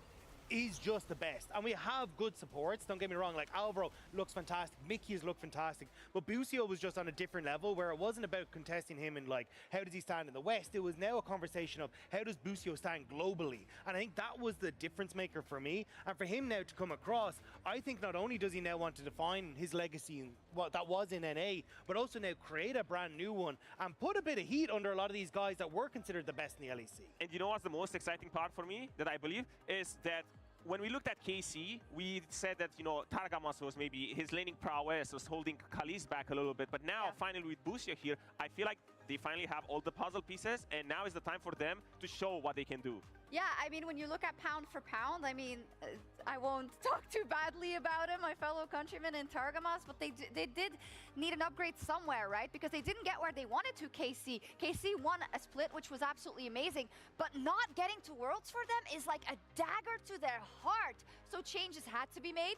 Now up first is KCB, also the story of not wanting to play in NA. Yukino, who is a huge prospect, saying, nah, I'll stay here. Yeah, I mean, Yukino was phenomenal in EMEA Masters, and the actual player that has retained his position from EMEA Masters up into KC Blue, this man was a solo kill machine.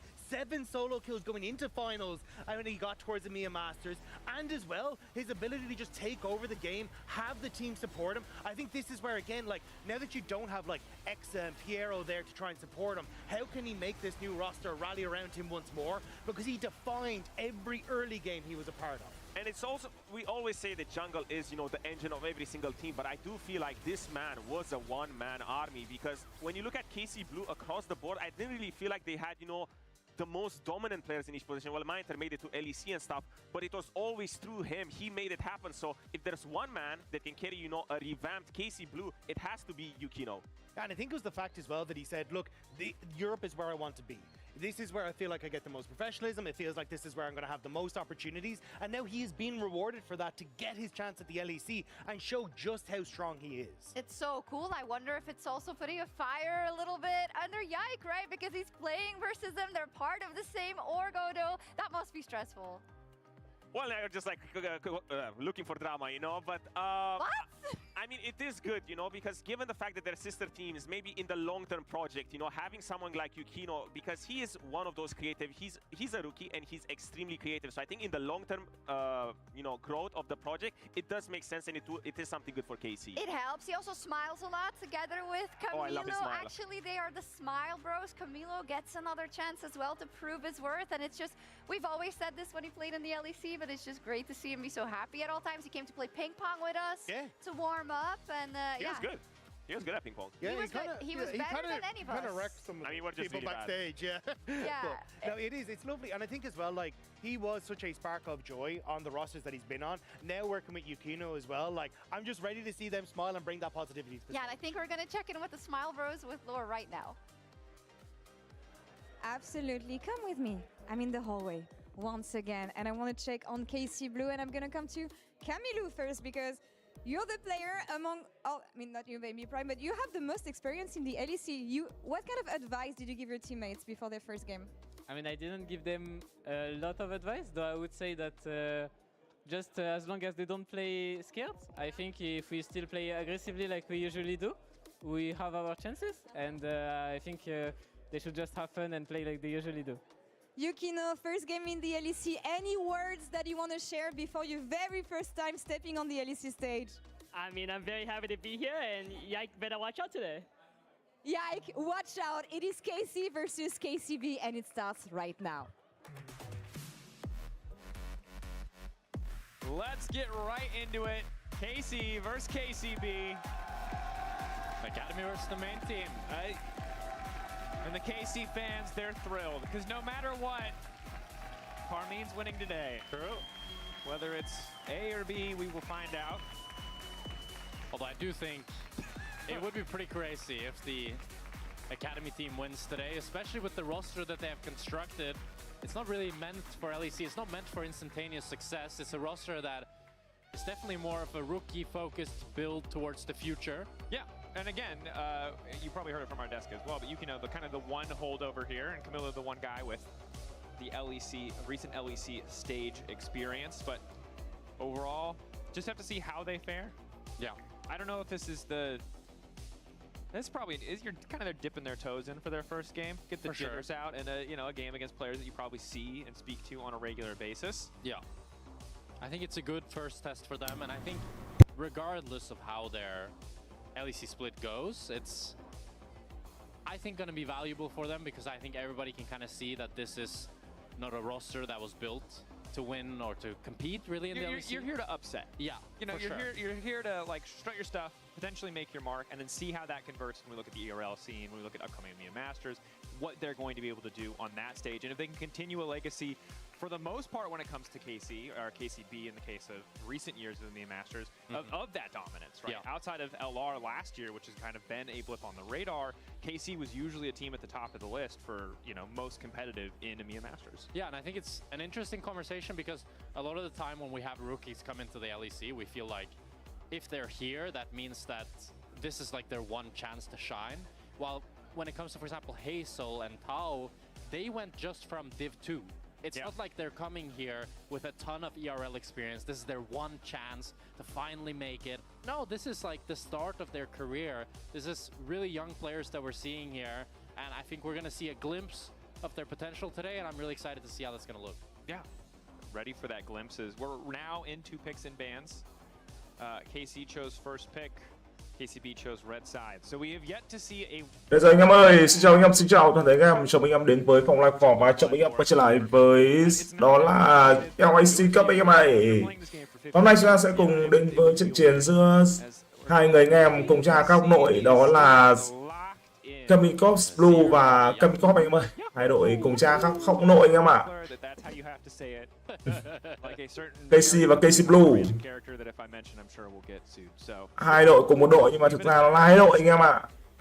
Nói chung là nó cũng hơi khó hiểu một chút xíu nhưng mà thực ra nó là hai đội đấy anh em ơi. Một đội nhưng mà là hai. Ảo chưa, ảo chưa. Nếu mà nói về cái đội ảo thì nó phải là ảo tung chảo thôi anh em ơi. Ok anh em mình, chúng ta sẽ đến với first pick của KC ở pick vào các bạn Asia và đó là Maokai anh em ạ. Những người anh hôm nay sẽ dạy bảo những người em. Hai anh em tương tàn. Trong đó KC Blue, đội xanh của KC, họ sẽ pick vào con bài Talia và Varus. Tuy là mấy thằng em thôi nhưng mà mấy thằng em này đánh cũng đúng là mấy thằng em thật anh em ạ. Đánh như cự xít vậy. Em ơi, hiện tại thì em Phò tất nhiên rồi, em Phò đã có đã có nhận định và nó có dự đoán dành cho anh em ở đó là trong nhóm Esports anh em ơi. Anh em tham gia vào nhóm Esports nhá để có thể nhận định và tất nhiên rồi nhận được đó là dự đoán của em Phò anh em ạ. Dự đoán của em Phò, ok anh em mình luôn, được chưa? Ok anh em mình chưa anh em ơi? Where they're necessarily going to get to prove it, but I do like giving Busio a playmaker like the Bard, especially against the Talia. Bây giờ là pick thứ 3 của KC. Như vậy là đội hình 1 của KC họ quyết định pick vào con Asia, con Saiyan và con 3. Trước đó thì họ cũng đã cấm đi 2 con rồi anh em ạ. Trước đó thì họ đã cấm đi đó là Malphite, họ cấm đi Pantheon và cấm đi Amesa. Cái trên tuyến thì đội hình đó là KC Blue họ pick vào, họ cấm đi Jay, họ cấm đi Oriana Rumble và bây giờ thì họ cấm đi con bài đó là con mày Cocky nó lại bị Sturdy con lợn đấy anh em ơi. But Kalist and Busio, this feels like two names that if they're able to gel well together, find that synergy, they could be the best bot lane in the league and finally be one of those bot lanes that can actually compete internationally. I would be ready. More Lucian International. Đấy rồi, và lực cấm cuối cùng đến từ các thành viên của KC, đội 1 của KC. Hai anh em tương tàn, hai anh em này, mấy thằng anh dạy mấy thằng em. Này, bắn nó phải như thế này này, đúng không ạ? Nó phải như thế này anh em phải giữ và đít nó. Thằng em dạy của mấy thằng em dạy. Yeah. I mean, it's not like Busio. It would be very sad for NA if Busio just came and joined like a bottom tier team and just that would be sad. Đấy rồi, chúng ta sẽ đến với những lượt bắn pick tiếp theo này anh em ơi. Bắn pick tiếp theo chứ gì nữa. Chạy đâu có sâu, chạy đâu có sâu. Definitely has the potential to win the split. But I mean, there's a lot of hopes here, and we really need to see how they're going to perform. But I felt like Kalist. KC họ đang suy nghĩ về nước Mỹ, trong đó thì KC Blue họ đã click vào con bài Achok rồi anh em ạ. Và đây sẽ là Achok đối trên dành cho KC Blue. Với cái chiến tuyến thì anh em thấy là Castley vẫn đang suy nghĩ về nước Mỹ. Dường như anh có điều muốn nói, cứ ngập ngừng rồi thôi. The Bard had already been locked in, so no Rel, no Alistair, no Corki or Sivir. Last pick going to Kalist. What is the option going to be on the opposite side? Of course, the Vi and the Aatrox locked in since we last checked, so some pretty straightforward, pretty comfortable, I would say, drafting is some cheeky hovers here. I think it's going to be the Astral. I'd be very surprised if it's the Vayne. Và đây rồi sẽ là bộ đôi xin giao Astral với hai sự lựa chọn cuối cùng đến từ KC Blue. Hợp lý luôn. Và đây sẽ là sự không vừa rồi là KC thì họ đã pick vào, họ hoàn thiện đội hình của mình với con bài đó là xin giao Ezreal. Trong đó Seraphine đang được nhứ vào dành cho các thành viên của KC Blue. Và nó sẽ là Seraphine hay không? Không, nó sẽ là Camille. Lại là Nautilus. Và đó sẽ là Nautilus với vị tướng support của KC Blue anh em ơi. Ok anh em mình. Một vật đít chúng nó. Một vật đít chúng nó chứ còn gì nữa anh em. Tôi gì mà không vụt vật đít.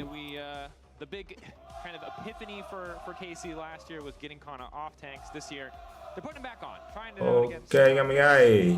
I mean, it makes sense if you have a bot lane that can snowball hard and actually really play for them, then putting your top laner on tank is kind of just a known recipe for success. Also, as a side note before we get into the game, shout out to all the KC fans here because normally they're contested and they will now have to cheer for every play that happens for the entire game.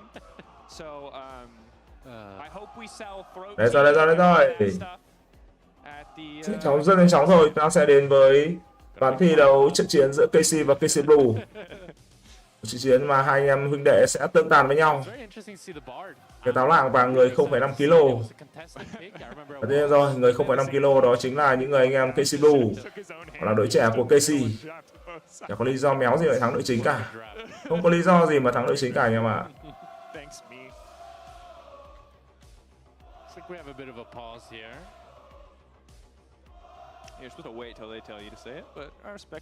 Xin chào anh Minh Đức nhá. Xin chào toàn thể các em. Anh em đến với phòng live của anh em để lại giúp phòng comment bên phòng chat được không ạ? Để giúp phòng comment bên phòng chat có được không anh em mình ơi? Cả nhà mình ơi, cả nhà mình ơi.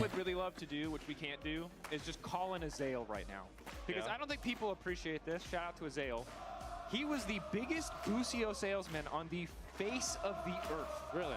Ok nha anh em mình. Ok nha anh em mình. Rất nhanh chóng thôi, ta sẽ đến với ván thi đấu trận chiến thứ mấy nhỉ? Đây là trận chiến thứ 5 ở trong buổi tối hôm nay. Thực sự là cái giải này là giải đấu hơi đi lên một chút xíu với trận đấu Atlantic. Thực sự là Atlantic đã có một trận đấu phải nói là lâu la, mất thời gian vãi cả trưởng anh em ạ. Số cả cuối cùng chúng ta cũng đã đến những trận đấu cuối cùng rồi. Và hôm nay em Phò sẽ đồng hành cùng với anh em hay với hai trận đấu cuối cùng của giải này. Hai trận đấu cuối cùng của giải này luôn chứ còn gì nữa. Luôn vào ngay vào luôn dành cho anh em.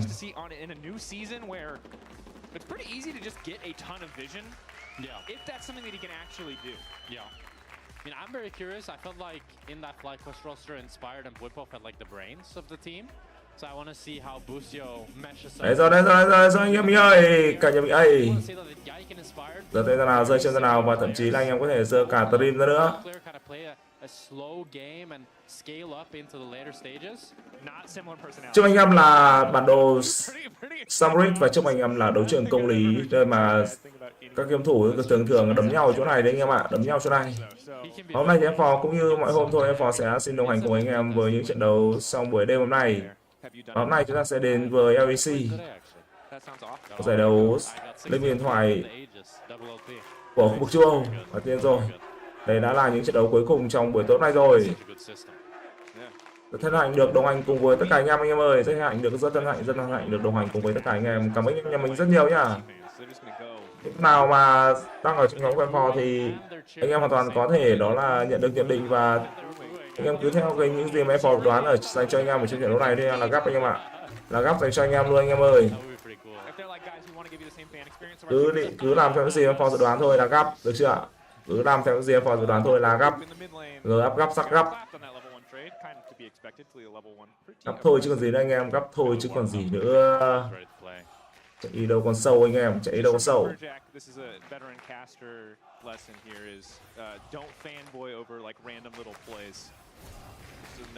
Anh em thấy là ngay từ những phút đầu tiên thì Castley đang rất nhiệt, nhưng có vẻ như là sát thủ của KC đang mất khá nhiều máu. Đánh cùng với thằng em nên là đánh cửa trên anh em ạ, đánh cửa trên, mà dù sao trong một đội thì quá hiểu nhau rồi.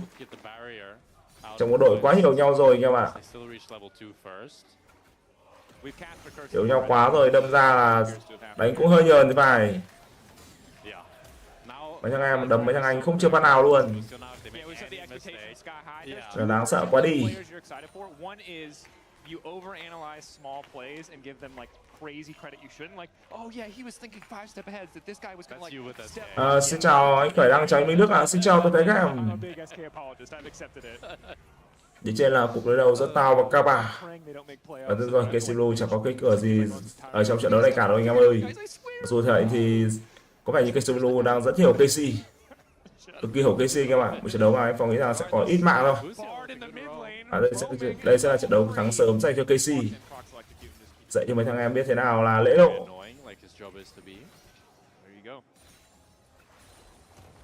Feel bad for Camilo as well, especially because he already used that teleport, and now Yahoo can TP back in the mid lane. Đấy rồi, đây sẽ là Yuskino với con cua đầu tiên của trận đấu này, của một trong cuộc đối đầu giữa hai người anh em KC và KC Blue. Của một luôn chứ còn gì nữa.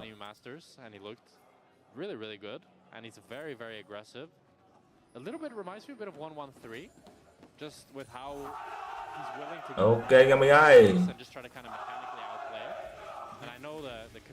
vẫn đang là các cầu thủ, vẫn đang là các game thủ của hai đội KC. Anh em thấy là vòng dừng đầu tiên đã khép lại mà chưa có từng giao tranh nào cả. Hai đội gặp nhau, hai các con thần gặp nhau như chưa hề có cuộc chia ly vậy. Phải đánh nhau méo gì. Nên Castley đã bị bắn, anh em chơi rất tự tin dành cho người anh em Hazen. Tính ra là Hazen là thằng đánh phụ, thằng đánh giữ bị cho Castley đây anh em ạ. Mà hôm nay Hazen lại thi đấu thấu, anh em thấy là thi đấu tự tin hơn Castley là rất nhiều. Hợp lý này. Không phải nói là hợp lý. Với trận tướng này thì mình nghĩ rằng là cửa trên dành cho đó là Castley cũng như là Busio anh em ạ. Nhưng mà những tình huống kéo đến từ vị trí của Pride đang tạo ra sự khác biệt ở trong trận đấu này. Đang tạo ra sự khác biệt. Đó, anh em có thể đó là tham gia vào nhóm Tè Lé của Phò nha, để có thể nhận quà của Phò anh em ơi. Tham gia ngay để nhận được quà của Phò nào anh em ơi. Cảm ơn anh em nhà mình rất nhiều. Cảm ơn anh em nhà mình rất nhiều nhá. Anh em có thể nhắn tin ngay đến ở trong nhóm Tên Lanh, có thể nhắn tin ngay tài khoản vào trong nhóm anh em ạ. Nhắn tin ngay vào trong nhóm giúp Phò với. Cảm ơn anh em nhà mình rất nhiều. Nhắn tin ngay vào trong nhóm để có thể nhận được đó là quà của Phò nhá. Cảm ơn anh em nhà mình anh em ơi.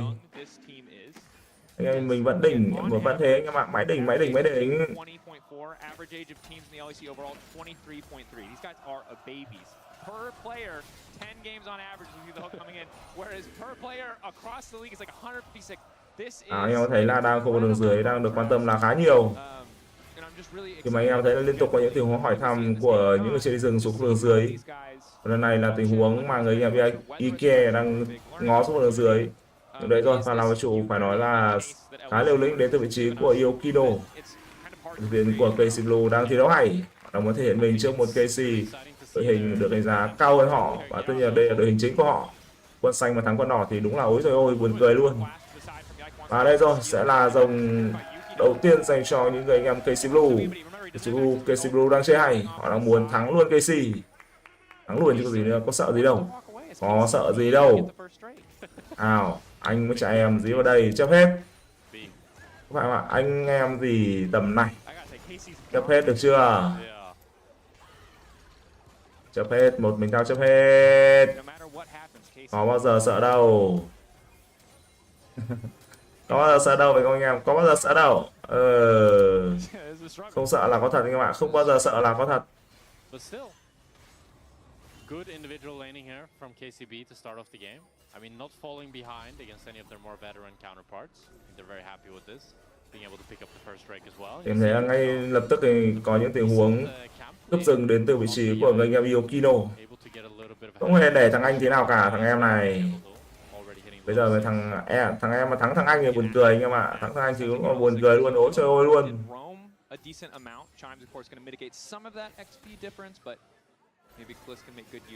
Bây giờ đang có tình huống mà gồng cái đít cái chim để có thể bắn cái tiền xuyên thấu với chủ đến từ vị trí Hazen. Đơn giản là Hazen vẫn đang cấu thôi.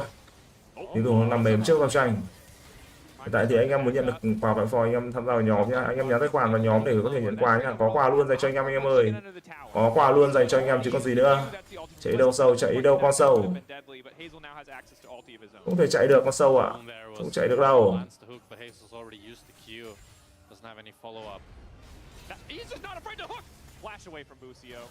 Ui bạn tao rồi. Camilo này làm gì đây?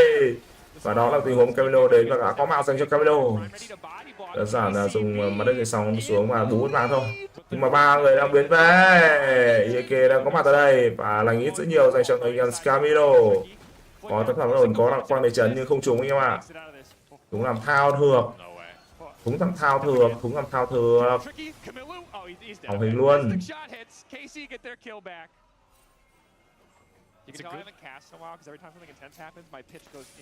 Tiếp tục túc tìm lại anh em ơi.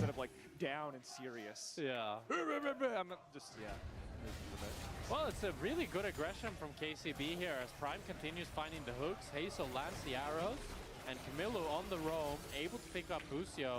But then they decide to recall a little bit too deep, and KC has that crucial ward. Xong sẽ lại tình huống phải nói là khá dài hơi này. Ike cũng đã khá gen các tình huống rồi. Mặc dù anh chắc là cũng có đến có thông tin là mấy anh em đó là KC Blue cũng mất khá nhiều máu rồi. Béo hiểu tại sao lao vào được từ vị trí của Ike. Bây giờ Ike đang tìm thấy Yokino, Yokino đang bỏ chạy, chạy. Có bắn một thương đến từ vị trí của Ike nhưng Ike vẫn đang bị dí và Ike có trở lại và chọc tiếp. Ike lên bảng điểm số và tất nhiên rồi lại lần nữa thì Ike bù. Đó là tình huống canh rất hay đến từ các thành viên của không nói tiếng phản ánh rất hay đến từ thành viên của đó là KC. Nào Camilo đang dí vào người của Ike. Này thì bắt buộc phải chơi rồi. Khô máu luôn những gì nữa, khô máu chúng nó luôn. Khô máu chúng nó luôn.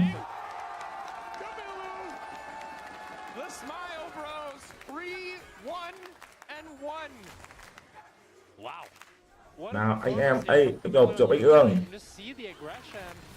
Nào lại chúng ta sẽ lại tình huống vừa rồi. Một tình huống mà các thành viên của KC Blue đã dồn rất nhiều đam vào người của Busio. Busio nằm xuống nhưng các thành viên của KC Blue cũng đã phải trả giá là rất nhiều.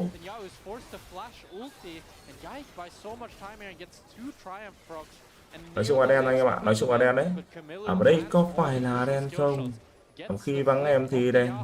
Đen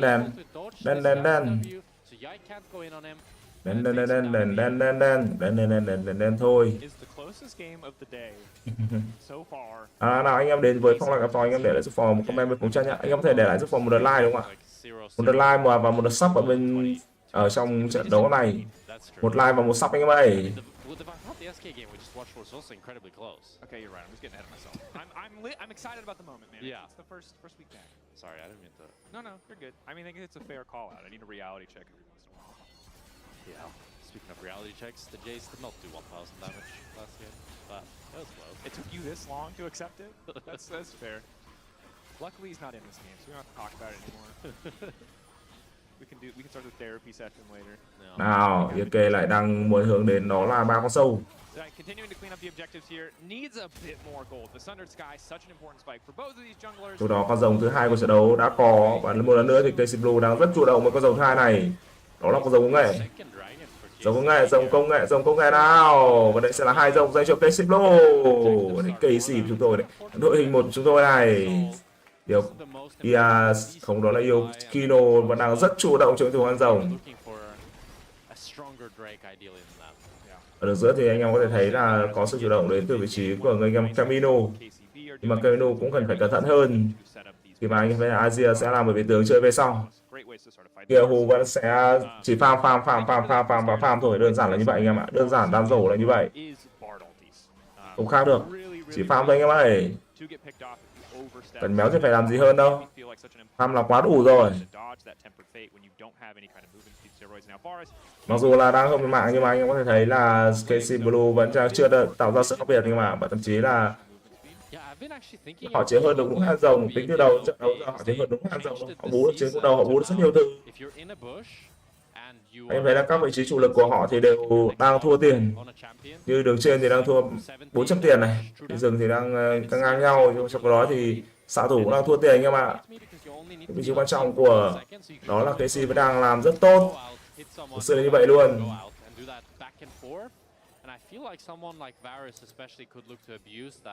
Nào, xin anh Khôi Đặng nha, xin chào toàn thể anh em ơi.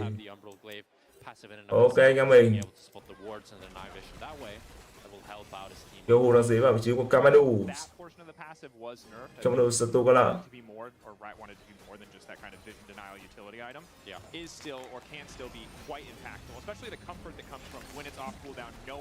Đây rồi, Busio đang dí vào Kamadu.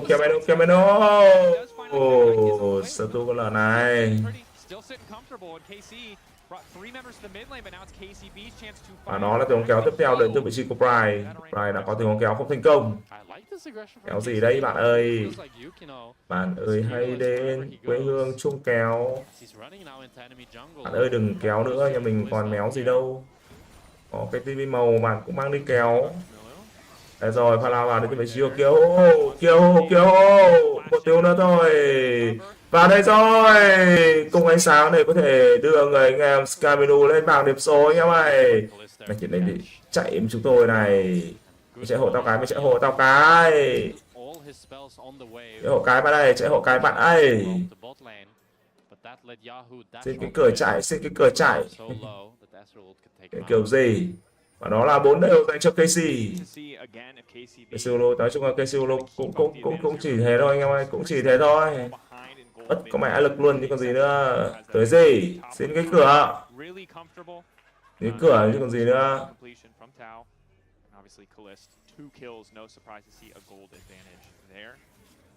Nào anh em mình.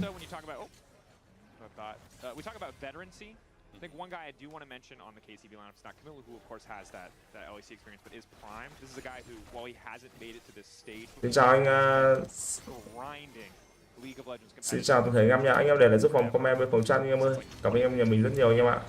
Cảm ơn anh em nhà mình rất nhiều. Đấy rồi, EK đang bị dí, Camilo là người được chọn.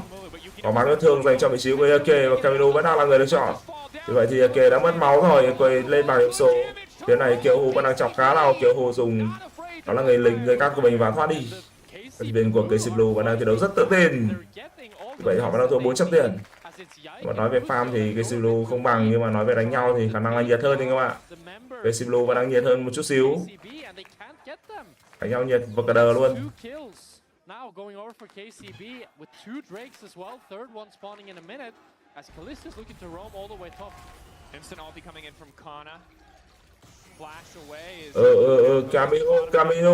Camino. Chạy đâu con sâu kill đến từ vị trí của người em Kiêu. Solo kill luôn chứ còn gì nữa. Chạy đâu sâu, chạy đi đâu con sâu. Không thể chạy được anh em ạ, không thể chạy được luôn. Chạy hộ cái. Người ta gọi là chạy hộ cái anh em ạ, chạy hộ cái. Xin đấy. Xin đấy, chạy hộ cái nào.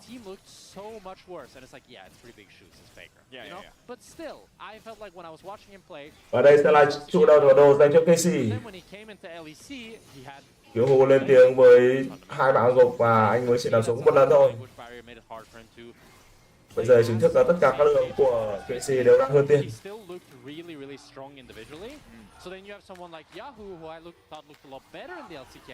Có lẽ là Casey Blue đừng đánh nhau nữa. Cứ choàng nhau thế này thôi, hỏng hết hình. Quay trở lại đánh nhau rất nhiệt các bạn. Cứ gặp nhau là choàng thôi, hai vãi cai trường.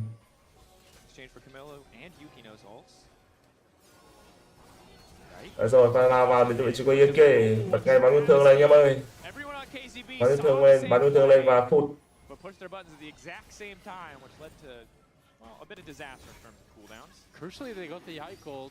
Thì trận vẫn đang là cực kỳ chặt chẽ. Đến tất nhiên là vẫn đang hơn K7 tiền, gần 2k tiền đến từ những người anh em đó là Casey. Cho có đàn em của họ đó là Casey Blue thì đang hơn rồng thôi anh em ơi. Vừa rồi thì họ đá để mất con rồng quá kỹ vào tay của Casey rồi. Nói chung là về cầu rồng thì mình nghĩ rằng ở đây cái hơn nhầm con rồng không giải quyết được vấn đề gì nhiều anh em ơi, không giải quyết được vấn đề gì nhiều đâu. Anh em nào mà chưa có ở trong nhóm Esports của A Phò thì tham gia vào nhóm Esports anh em ơi. Đấy, A Phò đã đưa ra đó là dự đoán dành cho anh em và tất nhiên rồi, dự đoán kết quả và nhận định dành cho anh em ở trong nhóm rồi đấy. Tất nhiên anh em sẽ nhận được quà nha. Có quà dành cho anh em nổ số tài khoản, anh em nổ tài khoản ở trong nhóm là anh em sẽ có quà anh em ơi. Ok, cảm ơn anh em rất nhiều. Cảm ơn anh em.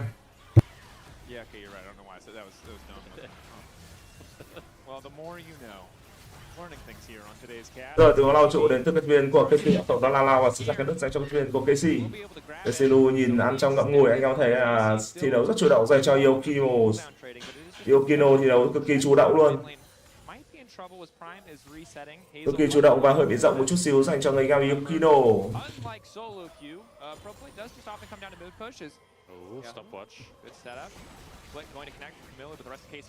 Thêm mệnh khả biến không trúng 2k. Thêm mệnh khả biến đến từ vị trí của Busio.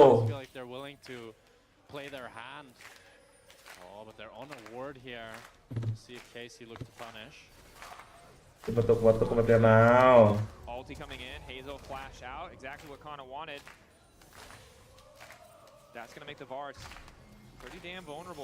Bây giờ thì Casey Blue định băng trụ rồi kêu hùa.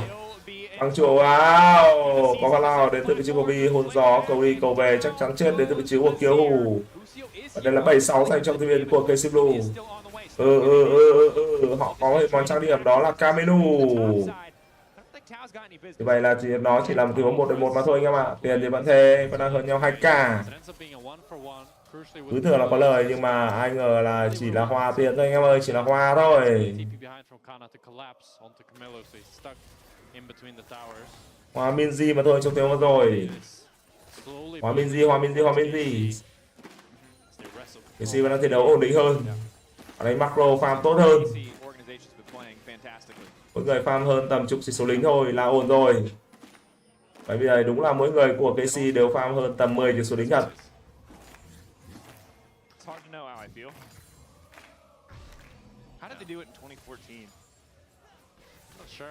Khó chịu. They just talk about pirates and stuff. I feel like the thing is, you would like eventually start to feel like the teams have very different identities. Like Samsung White and Samsung Blue, they feel đánh nhau rất nhiều rồi, 14 mạng đi em ạ. 14 mạng phút đầu thứ 20, chịu chết thật. 14 mạng phút đầu thứ 20. Tao là có tình huống đó là bến về và đang đi lên anh em ạ, đi bộ lên thôi. Đơn giản nó là như vậy đấy. Mà đấy có phải là như vậy không? Mà khi bắn em thì buồn. Kama đang dính vào tao. Tao bảo tha cho tao. Tại sao mày cứ dí tao? Đau quá. Để được choáng 2 lần đến vị trí của tao. Và bây giờ sẽ là con Baron. Đến mệnh cảm biến để có thể giữ máu cho trụ đầu cho vào đồ. À không, đó là trụ đầu đứng giữa dành cho Casey. Alright, well, you gotta love Bard. Sometimes the champ does nothing. Sometimes it looks like the most broken champion in the game. And that was those moments Sẽ là con rồng tiếp theo. Tình huống mà dùng đến đó là hành trình kỳ diệu để thoát đi đến từ vị trí của Busio. Busio Spogaler.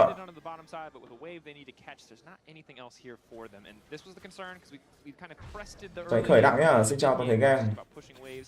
Anh em đến với phòng live phò, anh em để lại cho anh phò một nút like anh em ạ. Cứ một like, một sub cho anh phò. Cảm ơn anh em nhà mình rất nhiều. Lâu vào phá cái lớp giáp của trụ, thích phết anh em ạ. Cái phiên bản này có quả lớp giáp của trụ phá thích thật. Nói chung là thích đấy anh em ơi. À mà đấy có phải là thích không? He's the one getting plates. He's the one who just continues to be so damn tanky that Tao has no counterplay to him. And then later on in the fights as well, you have a lethality virus. Kesley. Whoever try to take down Kana. No, yeah, definitely. I think this is also one of the reasons that the Zen is going to feel so good, right? Is all of pretty much all. Tiền bây giờ nó đang là 2 cơ tư tiền và tất nhiên rồi một tiếng giao tranh thôi thì KC Blue sẽ cút. Đúng rồi, giao tranh này KC Blue cút này. Em phò dự đoán là KC Blue dễ buông rồi anh em ạ, dễ buông thôi. Còn này buông hợp lý thôi, khán giả chẳng nghi ngờ gì cả. Bảo đấy hai đội cùng màu áo đánh những nhiệt thế này. Thực sự là chúng nó khả năng vẫn nhả nhau tí anh em ạ.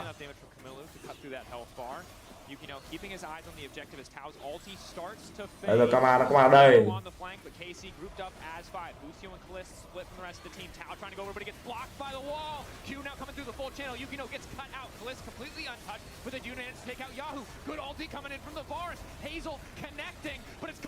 Này tôi tranh ở khu hang rồng. IK đang mất rất nhiều máu. IK quay trở lại với IK lên bằng điểm số rồi. Tesilu họ vẫn đang còn 2 người, đó là Tao cùng với Pride.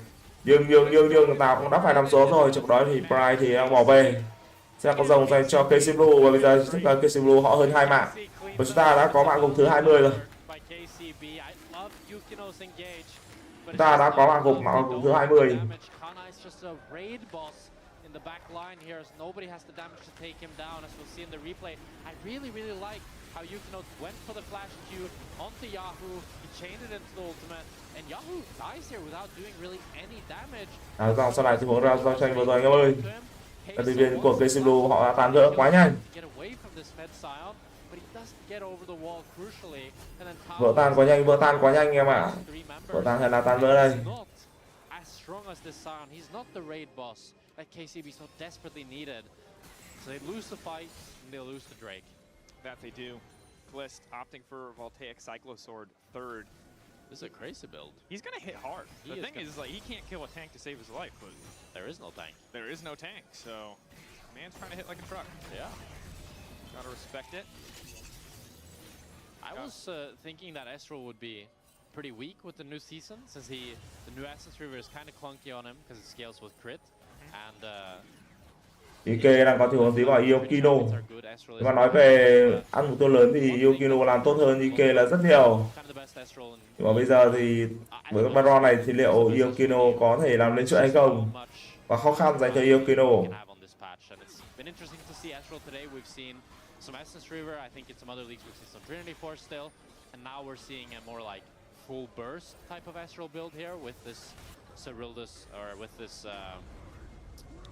Voltaic. Yeah. Yes. Một điều có dùng đó là bật đất dưới sóng để có thể áp sát của đường giữa. Bên trong vị trí của Talia của Camino.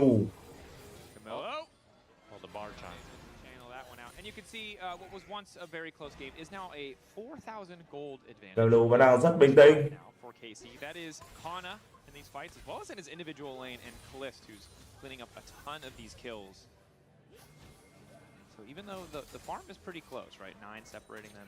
Với 19 rồi, tổng mạng đã là 20 mạng anh em ơi, và bây giờ đã là phút thiếu thứ 25. Với cái trận đấu đầu tiên thì cũng chưa có bất ngờ gì anh em ạ. Với trận em tích là hơi dài hơi.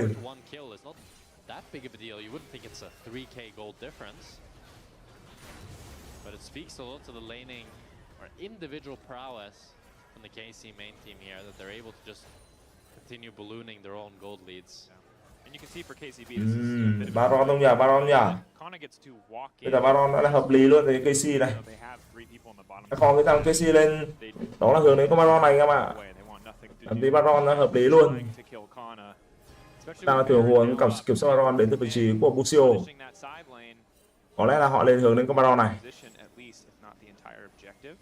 Con Baron sẽ khiến cho Busio cùng những người đồng đội của mình sẽ có thể kết thúc được ván thi đấu, trận thi đấu đầu tiên của mình. Chiến đấu mà KC đã gặp KC Blue rất sớm anh em ạ.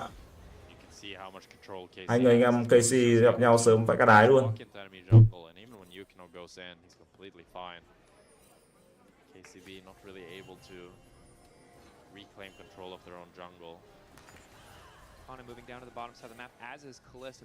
Vẫn đang là hướng nhường nhau, chưa đợi nào lao vào anh em ạ. Và người lao xuống đầu tiên là Hamaron, đó là người em Yukino. Và đấy rồi, đúng là KC Blue họ muốn dí vào Baron này luôn. Nếu họ ăn thành công Baron thì chưa biết chuyện gì sẽ xảy ra. Ở dưới thì đang có thiếu bắt anh em ạ.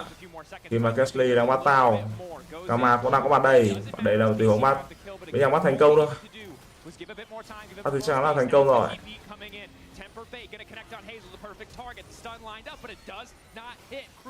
Các thành viên của KC vẫn đang có quay. Và Baron đã mất rất nhiều máu. 3.000 máu rồi, 3.500 máu. KC vẫn đang có quay và đó sẽ là Baron dành cho KC Blue. Một tình huống mà người anh em Yukino đã dùng thân mình để có thể đổi lấy con Baron. Tình huống đổi lại đến từ vị trí của đó là Yukino.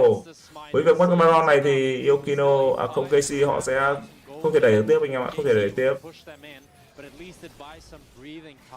For KCB as they can finally rest a little bit, farm these lanes and push out and maybe kill the Sile. Great smite. Great smite. Sao lại tình huống mà cướp Blue vừa rồi. Iake mẹ trừng phạt sớm 1 giây nữa thôi là cắp rồi. Anh em trừng phạt kiểu méo thì không biết.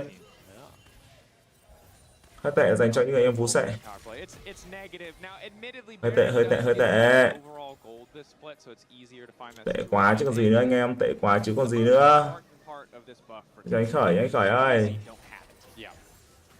Đấy rồi, Cassidy vẫn đang muốn gì, tuy vậy thì đang có bộ Baron dành cho thành viên của KC Blue. Hazel has to be really scared. His only defensive tool is that ultimate. If he's ever caught alone when there's a Mikhails to cleanse that ulti, nothing he can do. Is Tao is now learning firsthand why he doesn't want to be in silent, but there's a bit of extra healing coming in. Another stun from Busio. Đấy rồi, một tình huống mà chọc tóc phải lên bàn đếm số. KC vẫn đang hay, mặc dù họ mất Baron. Mặc dù mất tình huống Baron lãng xẹt nhưng mà KC vẫn đang hay. Này có thể là thủ trụ không? Anh em thấy đây kia Hu vẫn đang dí vào trụ. Trụ mất rất nhiều máu, tụt như tụt quần vậy, kêu Hu tè. Kesley cũng không bị dũng máu neo, một tình huống dùng máu neo không thành công đến từ vị trí của Nautilus. Này đã rất cố gắng để có thể dùng máu neo trúng rồi.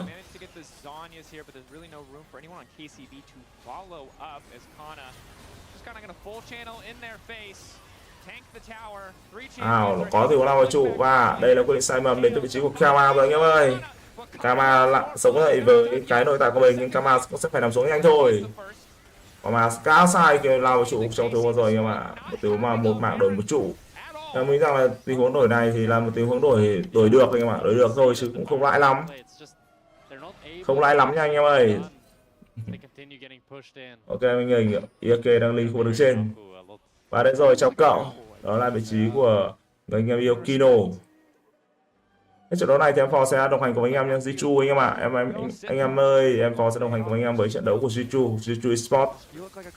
Jichu thì quá nhãn mặt với anh em rồi với những trận đấu tại chung kết thế giới. Và xem là Jichu sẽ thể hiện như thế nào ở trong ngày thi đấu đầu tiên. Em Atlantic thì đã thắng với tỷ số 2-0 rồi. Bây giờ Jichu thể hiện thôi. Jichu sự cu con lợn.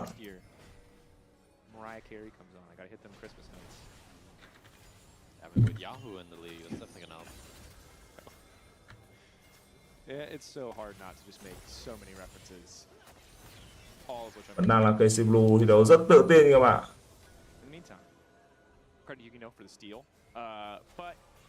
Tin thế này.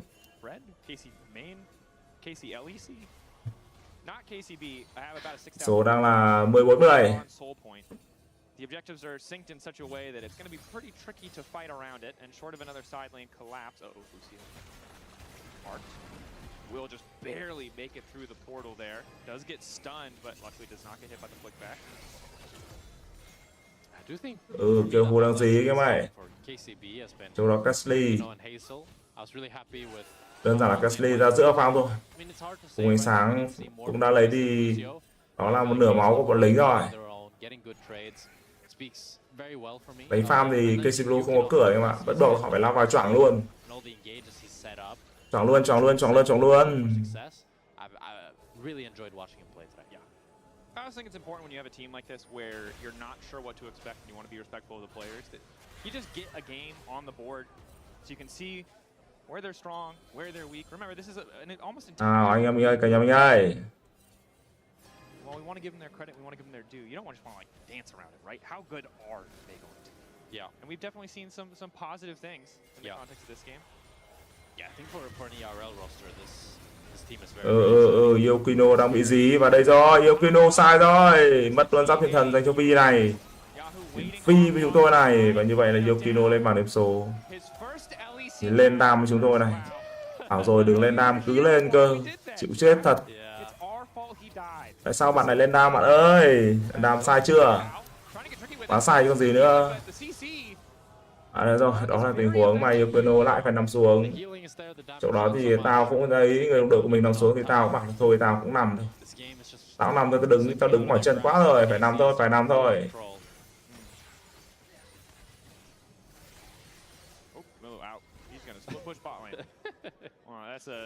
He doesn't want no Yahoo. Nope. Don't want to mess with that guy. No. Very scary plumber. Tiếp tục vẫn đang tình huống đẩy đến từ các thành viên của KC. Anh em thấy là người anh em Camilo cũng đang rất tinh quái khi mà Camilo muốn đẩy được dưới, nhưng mà bây giờ anh em bị bắt. Camera là người bọc trước trong tiếng rồi. Trong tiếng này đây rồi. Một tiếng mà Camera đã đợi từ khá lâu. Mày chạy hộ cái, mày chạy hộ cái, vẫn chạy được kìa. Chạy hộ cái nào, chạy lên quận à, chạy lên quận à, chạy lên quận à bạn ơi.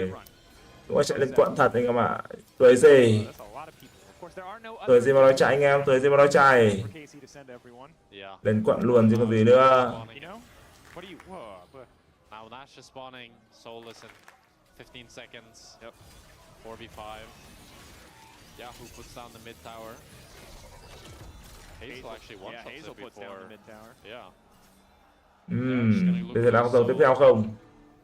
Con rồng thì 3 giây nữa ra thôi. Hú luôn rồng còn gì nữa.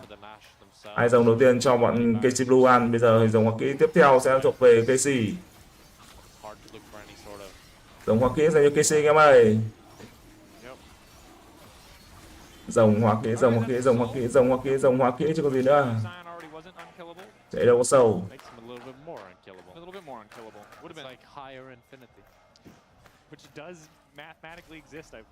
Nào bây giờ thì KC Blue họ quyết định là tấn công được đường trên. Đấy mà họ đang dình người nào đó ra đép lính em ạ.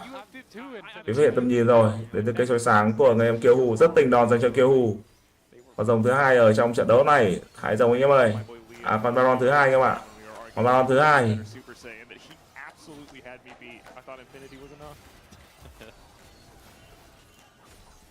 I always went for the Infinity. Crazy. What about two Infinity? How about that one, buddy? Nào. KCB, one final hold.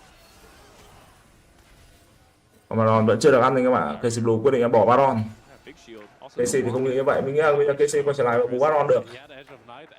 IK. Có IK dám lao sang bên kia đấy.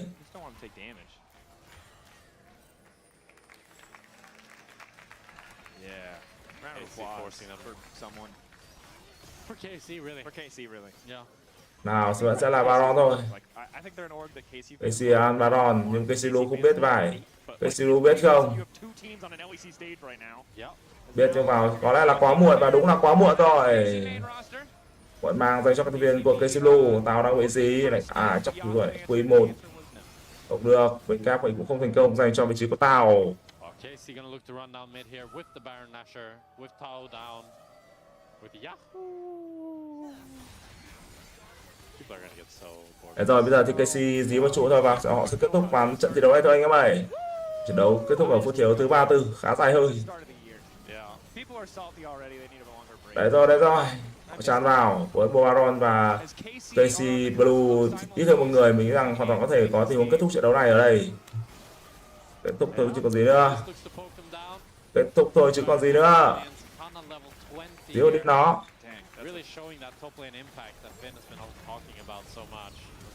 Vẫn đang là các thành viên của Casey rất nhiều lính em ạ, cực kỳ nhiều lính luôn.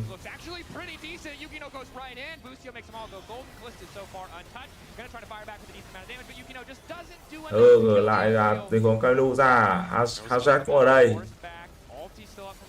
Nói chung bọn nó dễ một tí thôi anh em ạ. Đằng nào Casey thắng mà, và đó là đúng là như vậy anh em ơi.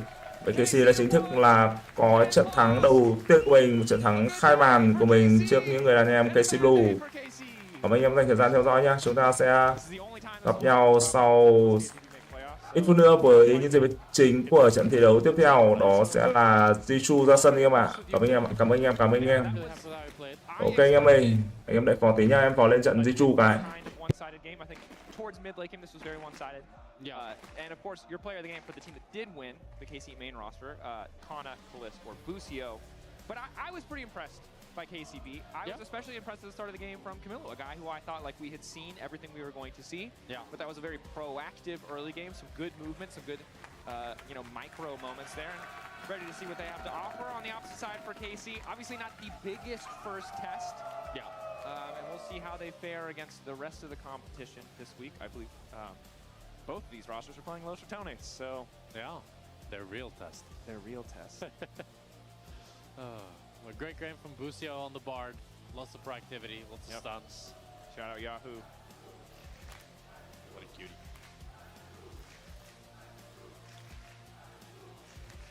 Casey looking good.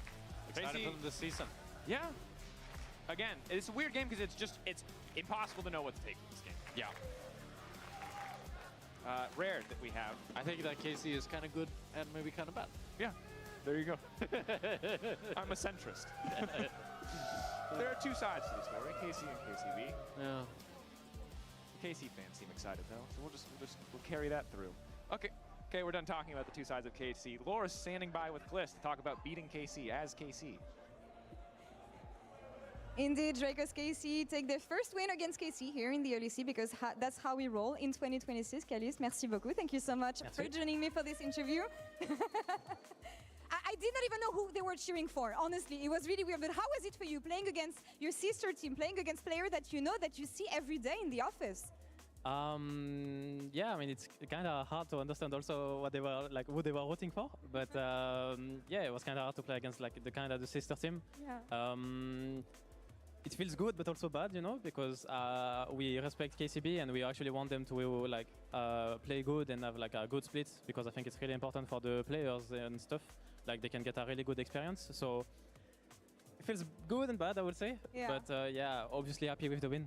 Talking a bit more about you, I know that you left last season with a bit of a bittersweet taste, if I may say, in your mouth. How was off-season? How were the reflections that you made to make sure that you were going to start 2026 season in the right foot and make sure, especially, to not make the same mistakes again this time?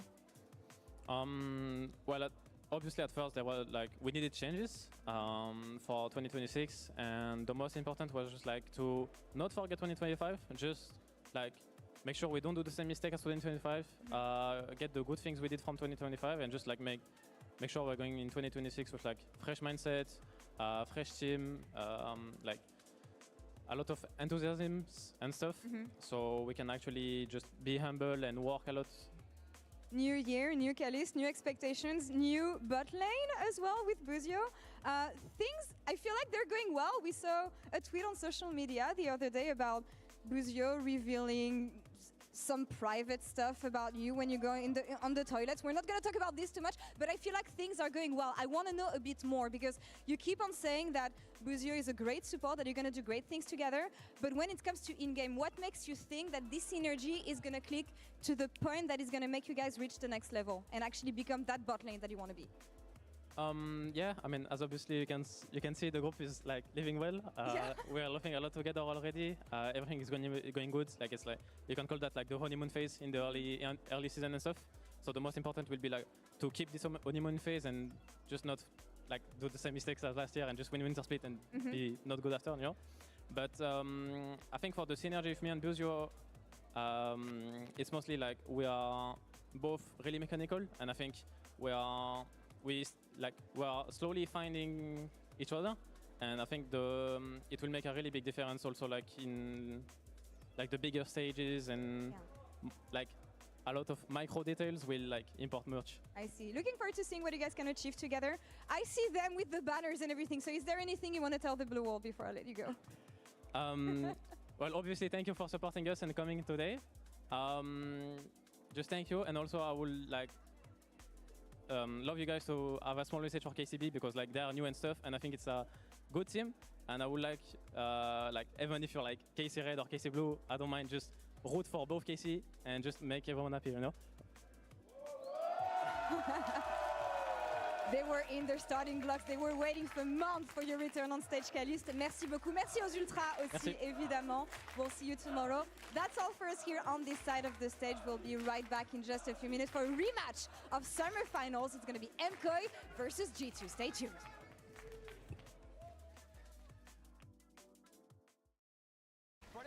Young getting very low. The flick dump in. Gets him. Move feet. The flick. Actually, Lucy not quite there. Yahoo wants the extra damage down. Smooth flashing out. Yukino's there to cover. Trujan gets him. Sniped. Cut down for flip. Oh, nice. That was good. I'm moving bot this play.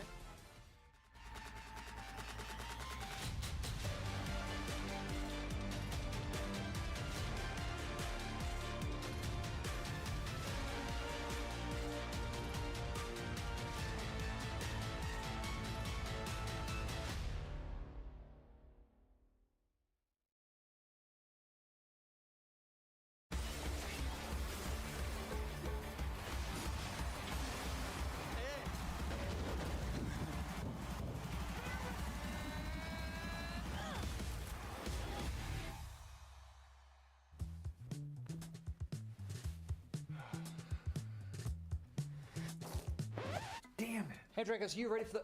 Oh, that doesn't look good. Wait, I have a solution, but you have a break. I will be right back. Just wait.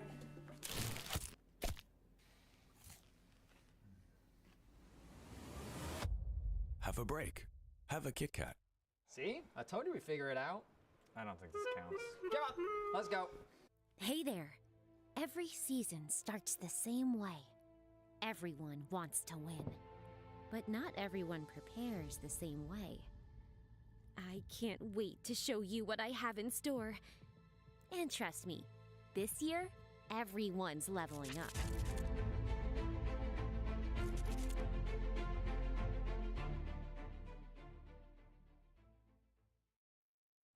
Well, I guess that's a wrap for today.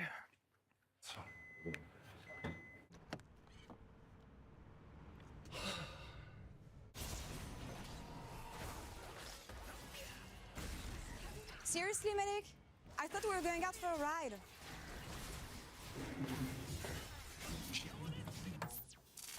Okay, but I'm driving.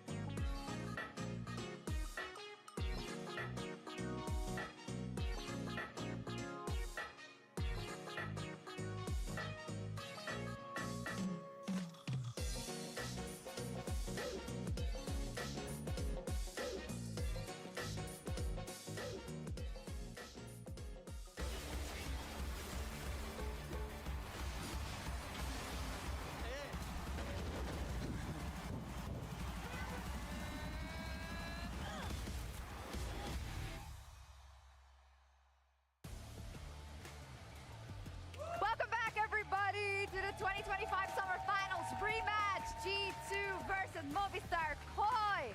So excited. We've got the G2 faithful over there and the Movistar Koi faithful over here. You're a little outnumbered, guys.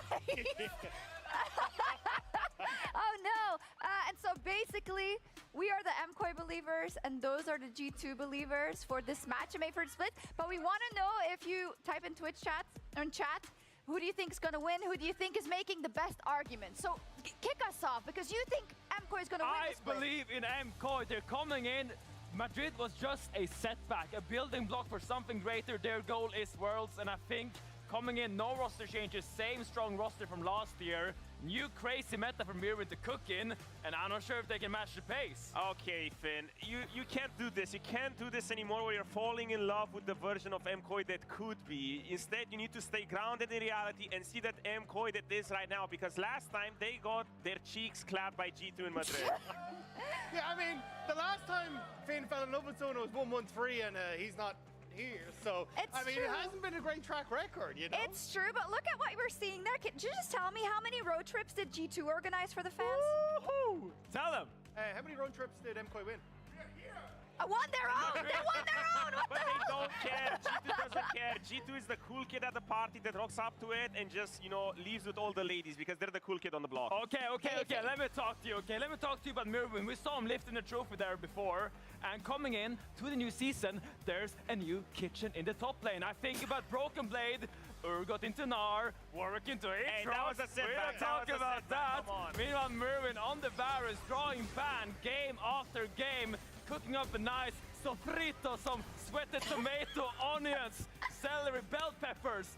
Everything is working for him, and I don't think BB can have anything. But BB doesn't need to do anything. BB was always the guy who was reinventing the wheel. When the meta was stable, he would just bring up something new and elaborate, because Merwin always reacted well to meta. He found the thing, but like BB was always just one step ahead. And realistically, the Varus right now on the top lane, come on, Finn, One let's step be real. ahead, yeah, banning Rumble and Jace for 2 years. Oh, well, I'll give you something, G2. With the new 2026 changes, at least Hansama has an extra slot to fix his build for his build. Okay, we're living in the past. We're living in the past. You can't just blame him still for like messing up that item build one time. Hans is still the most consistent and the best ADC in Europe. Come on. The bot lane was slapping you down when it came to finals. LeBron was running rings around Alvaro the entire way through that series. It was 0-3. No. A broken clock is right twice today. That was a Brav in that finals and one other time that year. But Alvaro, come on. Is he not the best support in EU? He is, and even a broken blade can win lane once or twice, but against Mirwin, I don't think it's gonna happen. Okay, cool. We're beating around the bush so many times, but do you guys forget who's on G2? It's Caps, baby. This guy doesn't need to do anything. He doesn't need to win lane. He doesn't need to do anything. He just needs to run around. Yeah, Caps, the player, the entire team falls if Caps is not having a standout game. They're relying on him so much. If Caps is not always informed, GT will collapse. I mean, you're looking at those stats, he's been fantastic, but it's also the fact that when you look at cooking in the meta, we brought Anivia to Worlds. We slacked down with the Mundo as well. It has been cooking galore for G2. Your McDonald's were Michelin star, Did you see those stats? The only stat he was beating Georgia Pune was in KDA. Is he reckless? Is he upset? And he's going for the 14, and he's XP'd for the 14. You got some solo kills, but I mean, if you're playing inside, it's... Finn, we're losing! Of course, because Twitch chat is smart. They know, they reason with facts and what's the reality of the situation, not what it could be. They're listening to Broken Blade. If there's delusion, there's hope, and that's what they're following. It's true. Oh my gosh. Well, I think it also has to do with next week, some more Movistar Koi fans. Yeah, it's going to be full. They're all gonna, I see them. I do. So the casters are ready for this one. I'll give you the win in terms of the debate at least, but we'll see who wins on the rest. Easy W. Okay. Yeah, simples. Okay.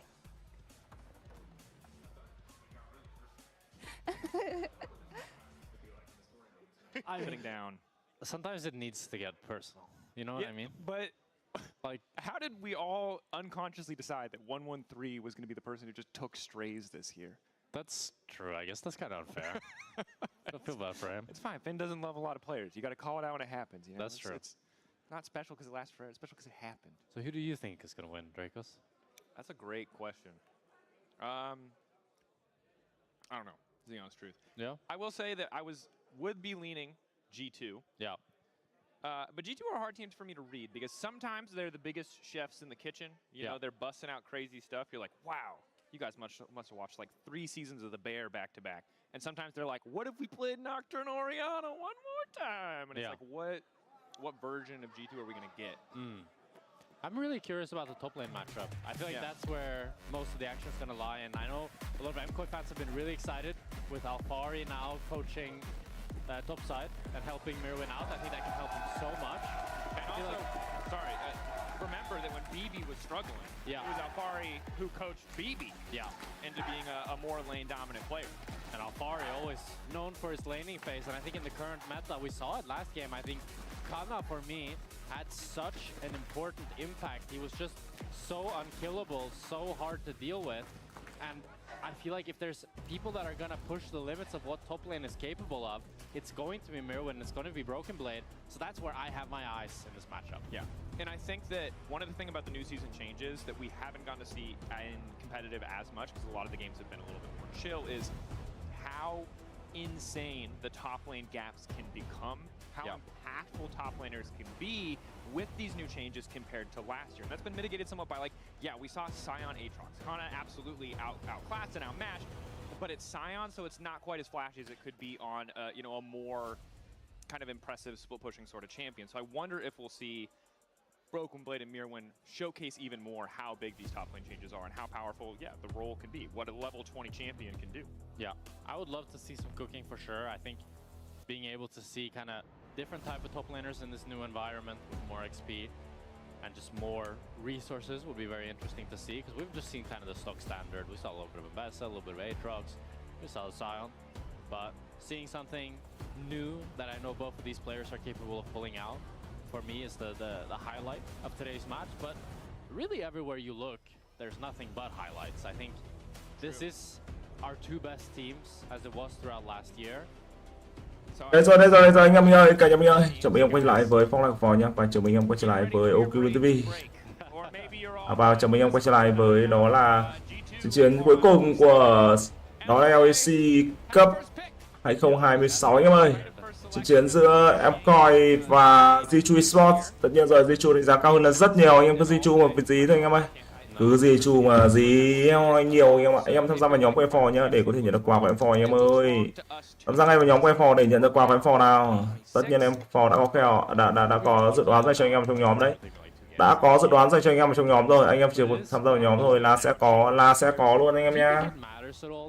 Cảm ơn anh em nhà mình rất nhiều.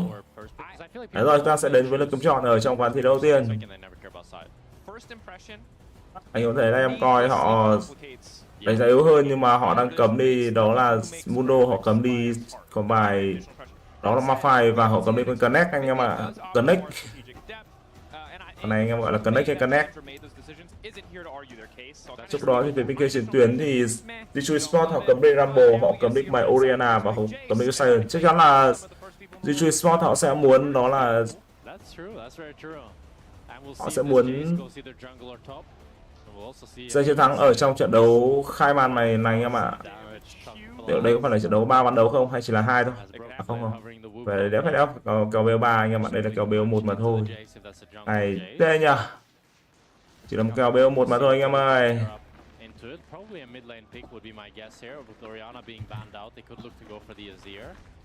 That has been relatively high prio alongside the Oriana. Some room to cook here. Be interesting if they don't pick a Azir, they're just gonna pick a Azir, right? Yeah. That's so weird. Nào anh em mình để lại giúp phòng comment với phòng chat nhá. Cảm ơn em nhà mình rất nhiều anh em ạ. Cảm ơn em nhà mình rất nhiều. Yunara, pretty stock standard first selection on the priority AD carries now that you've lost out a little bit in terms of the mid lane battle overall, but room now for Jojo to counterpick as we hover through some of the potential options. Yeah, with the Oriana being taken out, he has to dig a bit deeper into the pool, but looks like it's just going to be the Talia. So it's not exactly... one pick deeper. Yeah, one pick deeper. Right down the tier list. Yeah. Number 3. I can see why. Đấy rồi, chúng ta sẽ đến với những lượt pick đầu tiên của em coi. Như vậy em coi họ pick vào con bài đó là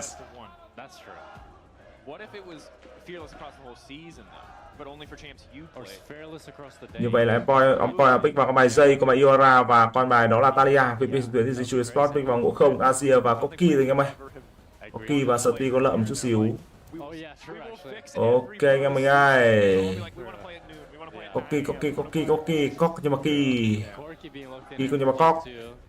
Looks like a pretty stock standard answer into Yunara. We've seen this matchup 2-3 times today. I mean, my baseline assumption, and I would love for you to elaborate or correct me where I'm wrong, is you expect Corki to kind of get pushed early, and then Yunara just sits and scales up.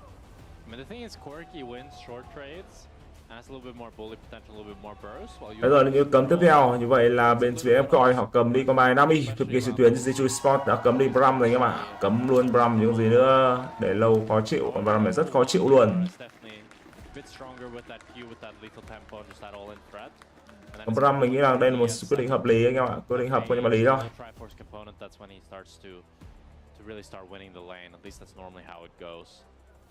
But ideally, when you're picking Corki, you want to get an early lead because it's not like it's not the best scaling champion in the game. No, right, and that was one of the reasons that they made so many changes to him to give him that clearer identity instead of just being the guy who can build AP.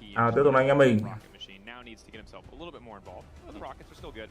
And Sheen Lượt cấm cuối cùng dành cho em coi đó là cấm đi con 3. Con 3 theo em Phò nghĩ đây cũng là một quyết định hợp lý tiếp. Makes me think that they for sure want to go for a Rakan on 4. As that's the only thing that really speaks to me. I mean, Alvaro Rakan, oldie but a Nào, Zichu với lượt cấm tiếp theo. Feels okay. This feels very weird to see like a 4. Xin chào anh Đăng 291 nha. Xin chào toàn thể các em. It's gonna be 4-5 on red side now. Chelsea toàn thể các anh em mình ơi, cả nhà mình ơi, cả làng nhà mình ơi và cả lò nhà mình ơi. Now he doesn't. As he goes for the Alistar blind pick, but he'll get to select the champion. Yeah, that's true. Okay. And then we expect Rakan based on the Nami, as you highlighted earlier. Yeah, I was expecting Rakan if it was blind, but now since they see the Alistar. Nào, con tướng tiếp theo được chọn dành cho em coi đó là Casante. Từ đó thì phía trên tuyến thì người em Hasana đã pick vào bài đó là Aristar rồi anh em ơi. Em thấy là đội hình của Zichu vẫn đang là đội hình cực kỳ cứng cựa. Tất nhiên ở đấu trường châu Âu thì họ chẳng ngán gì ai cả anh em ạ. Ở EU này họ chẳng ngán gì ai cả. That's what we're saving our. See? Yeah. This is gonna be great. This bit is funny for. Well, it'll probably stop being funny like 5 minutes ago, but I'm gonna just ride this for the rest of the draft. True. Just do it forever. Just every time. Nào anh em ơi, anh hột kiểu ương. You need to be like, what is this? Asante vào gì đây? It's gonna be the Lulu. So really good enchanter here for the Yunara. Yep.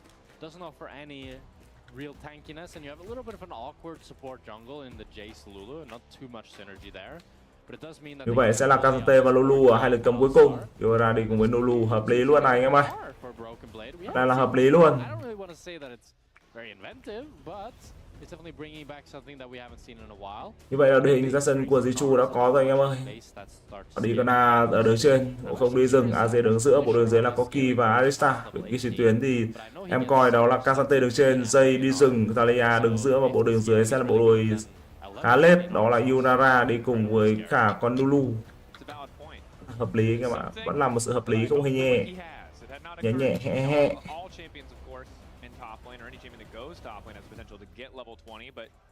Ok anh em mình để lại giúp phòng một comment bên phòng chat nhé. Cảm ơn anh em nhà mình rất nhiều anh em ạ. Ok anh em mình ơi. Anh em mình ơi, giờ tên nào rơi chân tên nào và thậm chí là anh em có thể sơ cả stream nữa cũng được anh em ạ, không sao cả. Không sao.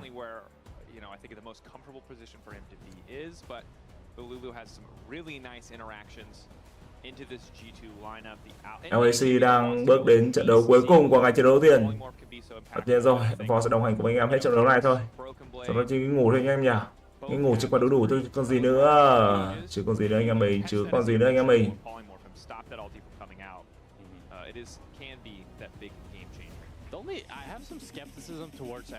Anh em ơi, trước khi đến với vấn 1 thì anh em hoàn toàn có thể đến với nhóm Esports của Phò nhá, để có thể nhận được những gì mà Phò đó là đề xuất dành cho anh em ạ. Nhận định dành cho anh em, nhận định và đề xuất dành cho anh em đều đã có trong bộ phim đó là con chó. Ok chưa anh em, và đây rồi anh em ơi.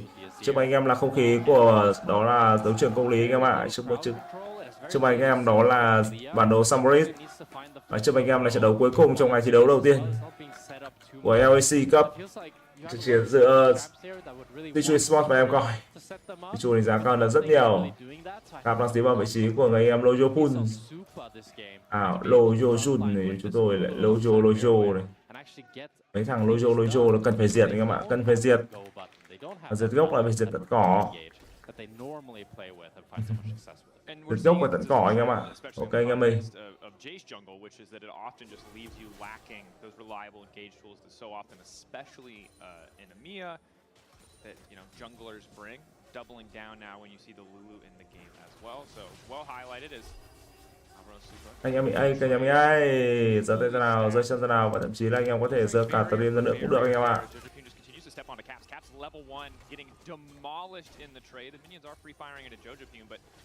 Không sao cả đâu, không sao cả đâu. Level up difference there. Yeah, some great trades from Jojo. Important to note, Vladi said that Jojo was best laning mid laner in the league. Very high praise. Liverpool đang dí người anh em, đó là Cáp vào những trụ anh em ạ. Cảm thấy khá thốn đến vị trí của Cáp. Thốn đến tận rốn là có thật anh em ơi, thốn đến tận rốn là có thật. And in general just had a lot of dominant moments. I think really was more in the mid game that Asama đang có mặt ở đây.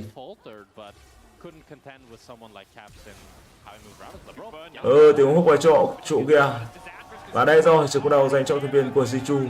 Hút quá nhanh đến quá hay đến vị trí của Lapro. Và người hưởng lợi đó là người chơi Desert Sky bảo. Quá hay. Và hút 10 điểm không có nhưng của đó là Lapro. Đó là tình huống đứng em nghĩ là khá hớ hênh đến vị trí của Supa. Ok, Cáp ơi. Cáp bị lag à. Đó là một đều với tình huống solo kill thành công đến từ vị trí của Lojopun. Solo kill thì Cáp ơi là Cáp, chịu Cáp rồi. Chịu chết Cáp ạ.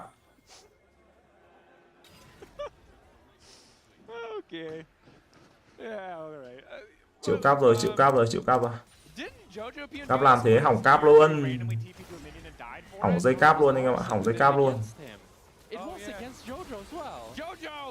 His superpower, he can mind control. Hanzama's in trouble now too. What a crazy game we have already. What do you? It's delivering on the entertainment. You know, after a week of watching LCK highlights be on the front page of Reddit, I really wanted an LEC highlight to get up there, and the worst part is this one's gonna make it. Tục tiếp anh em. It's not gonna look good for us as a region. It's fine. It was just crabs. That's fine. It just comes out. Yeah. It's like a Dr. Jekyll, Mr. Hyde sort of situation. Xin chào anh Khởi Đăng nhé, xin chào anh Minh Đức ạ, xin chào toàn thể anh em. Anh em đến với Phong Like A Phò, anh em để lại giúp phòng comment được cùng chat nha anh em ơi. Anh em nào chơi nhà mà đến vào nhóm Esports thì đến với nhóm Esports đi ạ. Anh em có thể đưa ra dự đoán của mình và đến với nhóm Esports để có thể nhận quà nhá. Có quà dành cho anh em ngay anh em ơi. Có quà dành cho anh em ngay mà luôn. Cảm ơn anh em nhà mình rất nhiều. Thing is now he has a splash. Jojo's not expecting him to use that. True. He thinks he forgot how. Một tình huống mà Casante đã phải biến về rồi. Đã phải cút rồi anh em ạ, đã phải cút rồi. Knockup is good. Even with a decent shield to mitigate the initial damage, Labrov luckily does not tank a tower shot, but starting to lose the extended trade.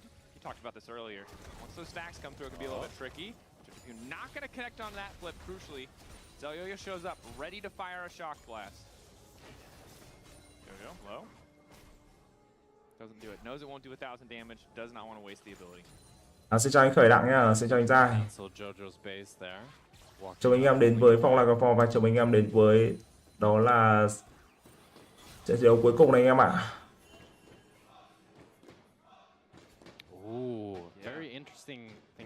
Số hiện tại vẫn đang là một đều và anh em thấy là đánh macro nhưng mà em coi vẫn đang không hề ngắn ngẩm gì Jiu Esports. Tôi đánh giá cao hơn họ là khá nhiều. Vì vậy về lâu về dài thì em Phò vẫn đánh giá Jiu Esports hơn anh em ơi. Về lâu về dài thì em Phò vẫn đánh giá Jiu Esports hơn. Hơn nhiều thứ luôn anh em, hơn nhiều thứ luôn chứ gì nữa.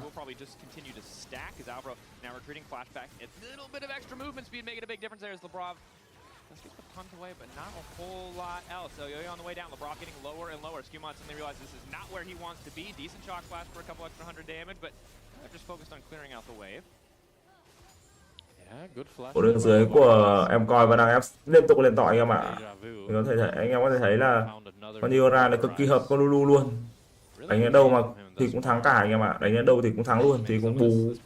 pressure that was rất ghê gớm. supposed to be a losing lane.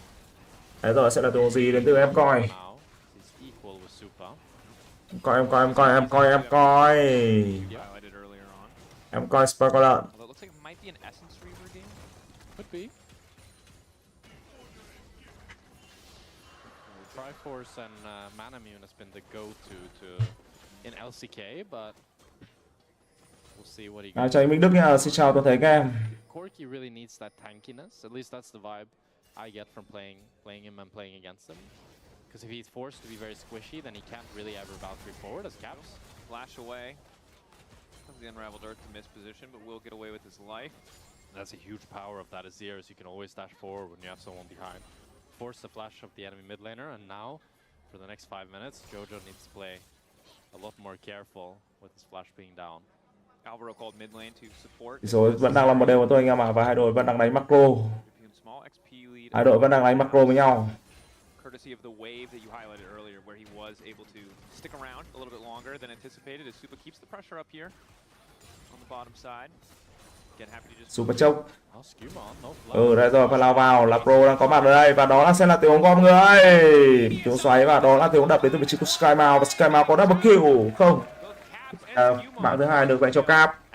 Quá hay rồi Cap ơi. Bú bạn ơi. Bú nó chứ còn gì nữa, chạy đâu sâu. Chạy đâu, không thể chạy đâu được anh em ạ, không thể chạy đâu được.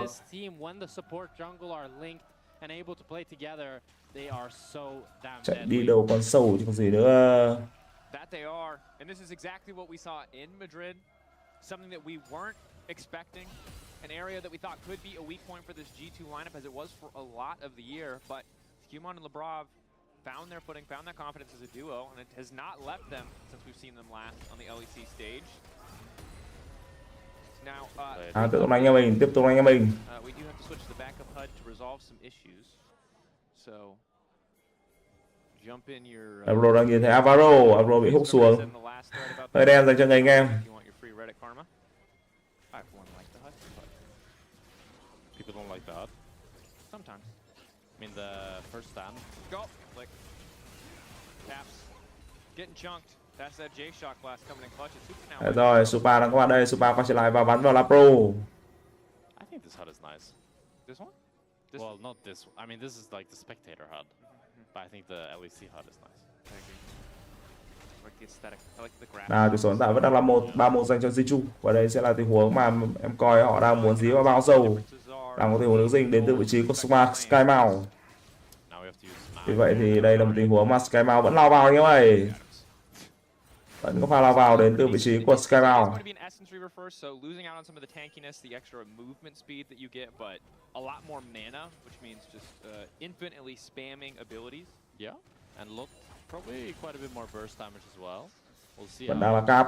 I'm actually curious. I want to see how it looks and how much damage he's going to be able to put out. Ở đường dưới thì Hansama đang thọt hơn một chút xíu so với Iora của Supa.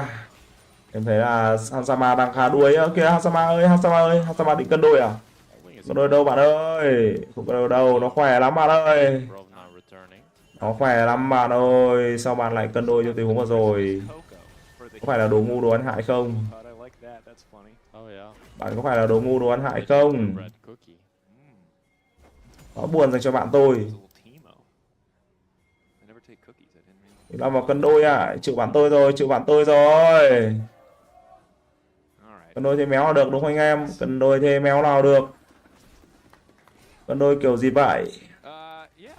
So I think one of the struggles that you may have noticed, you've been watching the audience at home, is that the early games have been, outside of one or two of our matches, pretty tame. I mean, this one was pretty fun with the TP and everything. Bây giờ là Pro đang có mặt ở đây. But now we slow down a little bit as Rogueplay trying to get a bit more aggressive on the top side. I'm worried about this MKOI top side. I feel like Broken Blade will just get stronger and stronger in the side lane. And he's going to be able to progress on side, and every time he builds up a big wave, he procs the Crystallis. I mean, again, I think that we've seen in this matchup before that K'Sante has some nice windows around that ulti to all in the Gnar. Gnar, when he doesn't have the hop, can be very vulnerable. But outside of those windows, mini Gnar especially is such a nightmare. Em thấy là Jojopan đang không hề gắn cả với Cap cả anh em ạ.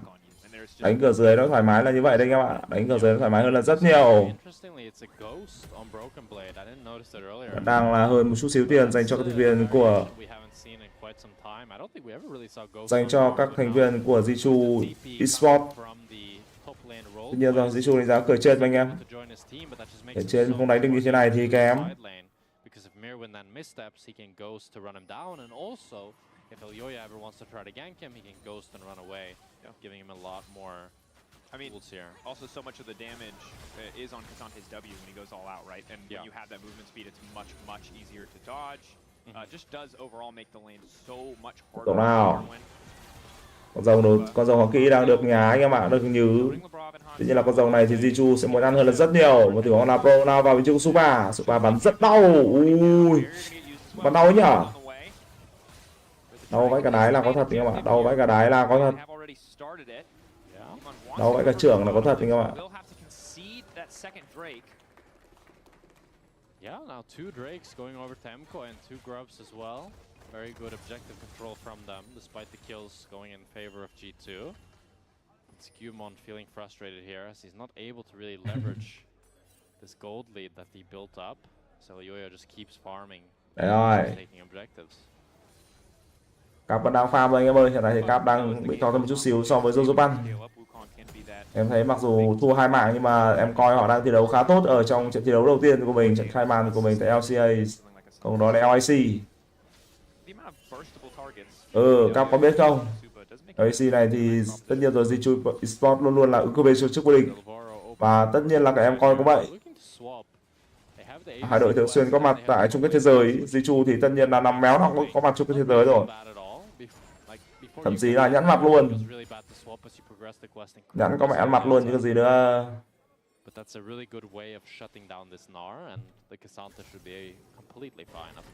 Ở trận khu giờ 10 giờ em tích đánh rồi anh em ạ. Và bây giờ là Jiu.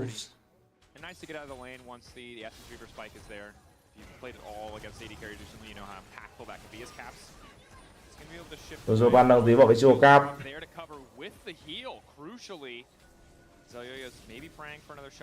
Jiu bắn ra đây làm gì? Jiu bắn ra đây làm gì? Ra đây làm gì bạn ơi? Ra đây làm gì bạn ơi?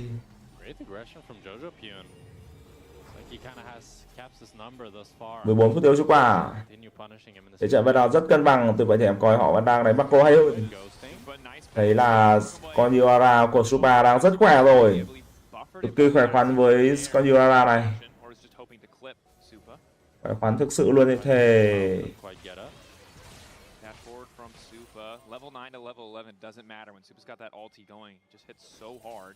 And again, Broken Blade opting for the tabbies early on. That movement speed so important against the Kasante, but Supa has more than enough range to kind of make that early itemization choice hurt a bit in terms of the damage rates.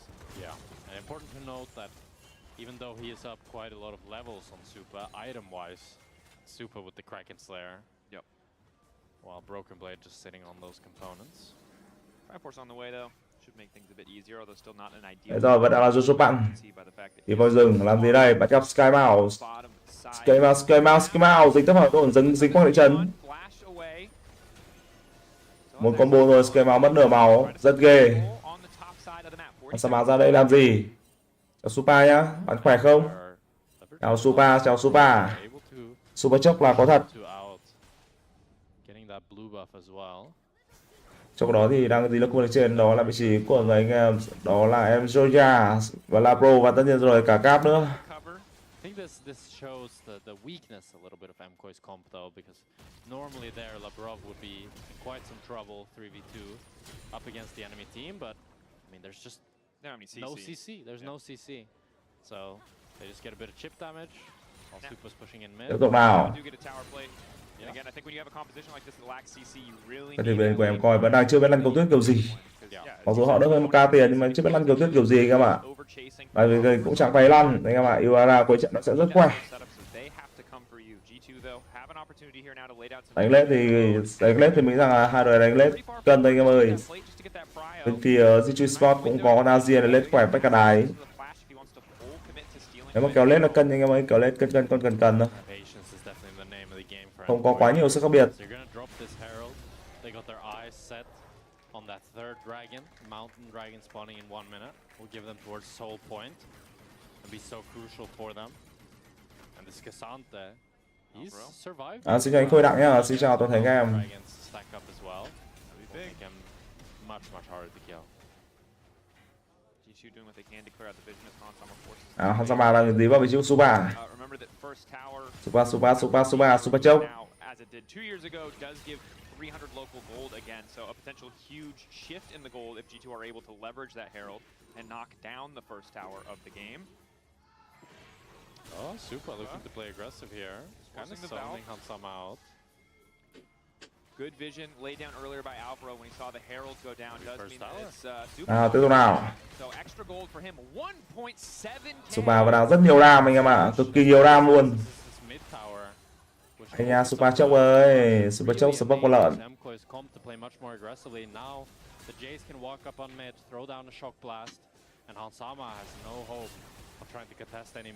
Con rồng tiếp theo, và đây là con rồng mà G2 họ đang không muốn, đó là em coi bú. Anh em ơi, anh em có thể tham gia ngay vào nhóm Esports LMHT nhá, để có thể giao lưu với Phò anh em ạ. Nhận được quà Phò nữa anh em ơi, có quà nhá. Anh em vào nổ tài khoản và tất nhiên rồi, quà sẽ cộng thẳng vào tài khoản của anh em được chưa? Quà sẽ có trong tài khoản của anh em luôn, chứ còn gì nữa. Anh em mình ơi, cả nhà mình ơi, đến ngay nhóm Esports này anh em ơi, đến ngay nhóm Esports này. Bây giờ nói nhiều luôn.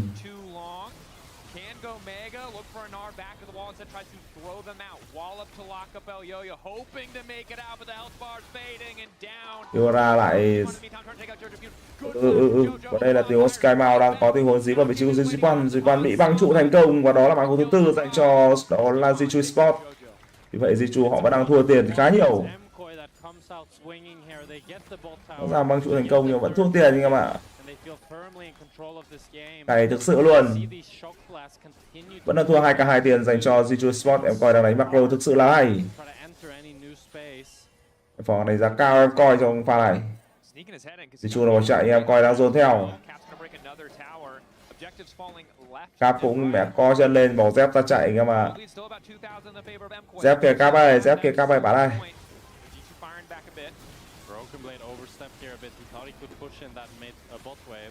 Nào tao sẽ lại tình huống mà người em đó là Georgia đã có pha băng trụ thành công. Còn đây là Skybound với tình huống đi vào và có bàn gục ở trong trụ luôn. Này thì Japan có lẽ là nhớ pha băng trụ này đến hết trận đấu. Also really just love having the Shirelias at this point in the game, that extra movement speed really helping out stopping some of the more telegraph engages from G2. Tỷ số vẫn đang là 4-2, 2-4. Secure those kills, run down that target. Said before, poke really easy for Hansama to win out on 1 or 2 autos, but in the extended fight, Super just does a ton of work. Anh em mình hiện tại thì cái thông tin về nhóm Esports LMHT đã ghi lại cho anh em ở bên phần khung chat anh em ơi, ở bên trên khung chat ấy. Anh em có thể tham gia vào nhóm này, có thể nhận quà nhá. Nhận quà, anh em chỉ việc vào nhóm nổ tài khoản thôi. Có quà giải vào tài khoản của anh em luôn anh em ạ. Ok cho anh em.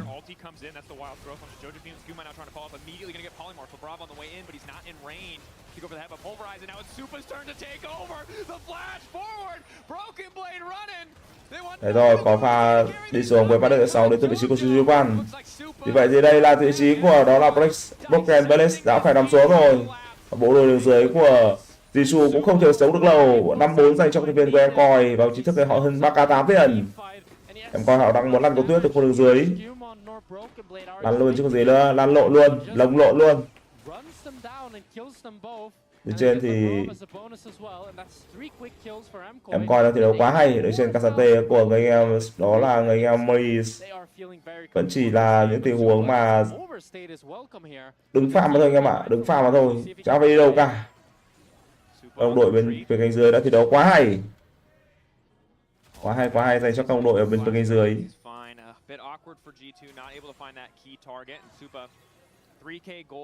Anh em mình A, cả nhà mình A, rồi từ nào giật chân nào và thậm chí là anh em có thể giật cả Dream dân anh em ơi. Ok anh em mình A.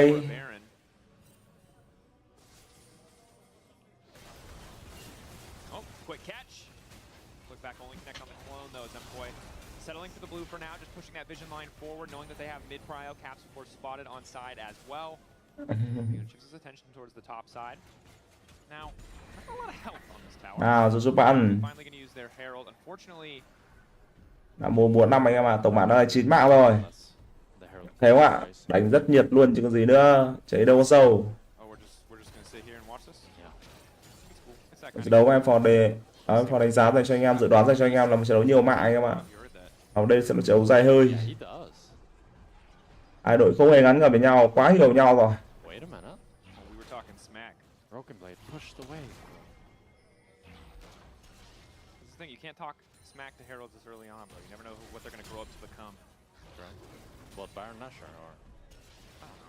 Đấy rồi lại cưỡi sức giả vào tiền tiếp rồi. Té bạn ơi. Đừng đâm vào trụ nữa. Vậy sứ giả nó chỉ hút được một lần thôi anh em ạ. Hết phí với con sứ giả này anh em ơi. Hết phí dành cho bộ phim quả bí.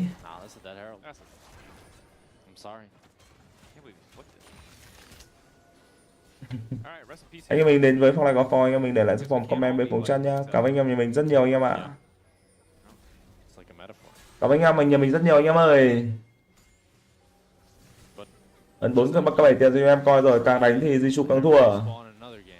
Hansama đang có tình huống đi ra giữa bản đồ. Hansama đi đâu và vội vào màng. Hansama ui dính cầu sấm kìa, mất 3 lượng máu. Hansama đi mẹ đâu mất rồi. Tú thế đạp đến từ vị trí của Hansama.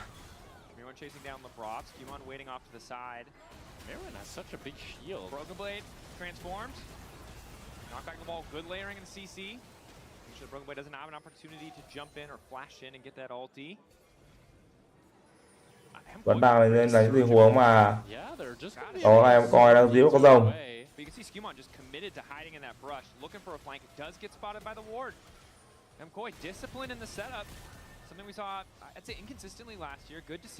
Nào con rồng đất vẫn đang được như. Em thấy đây mặt đất dậy sóng cũng đã ngăn cản các thành viên của Di Chu tiếp cận rồng đất vào đây rồi. Đó sẽ là rồng thứ tư dành cho em coi. Em coi đang chiếm hoàn toàn lợi thế. Phải là vào đến từ vị trí của Skymouse bốc hơi luôn. Trong đó thì là đang bắn rất ghê. Supa vẫn đang gì. Broken Blade đang bỏ chạy nhưng Supa thì không cho Broken Blade bỏ chạy. Còn Yura đang có rất nhiều đam. Quá ghê với Yura. Yura Spa con lợn chứ không gì nữa. Rất ghê gớm. Pro bỏ chạy. Đó là tất cả gì mà Pro làm được. Ăn Baron thôi gì nhỉ? Ăn Baron thôi chứ không gì nữa. Tầm này để Baron sống sót là một tội ác anh em ạ. Là một tội ác. Tốt nhất là phải thịt nó đi thôi. Phải thịt nó đi thôi. Thịt chúng nó, thịt chúng nó.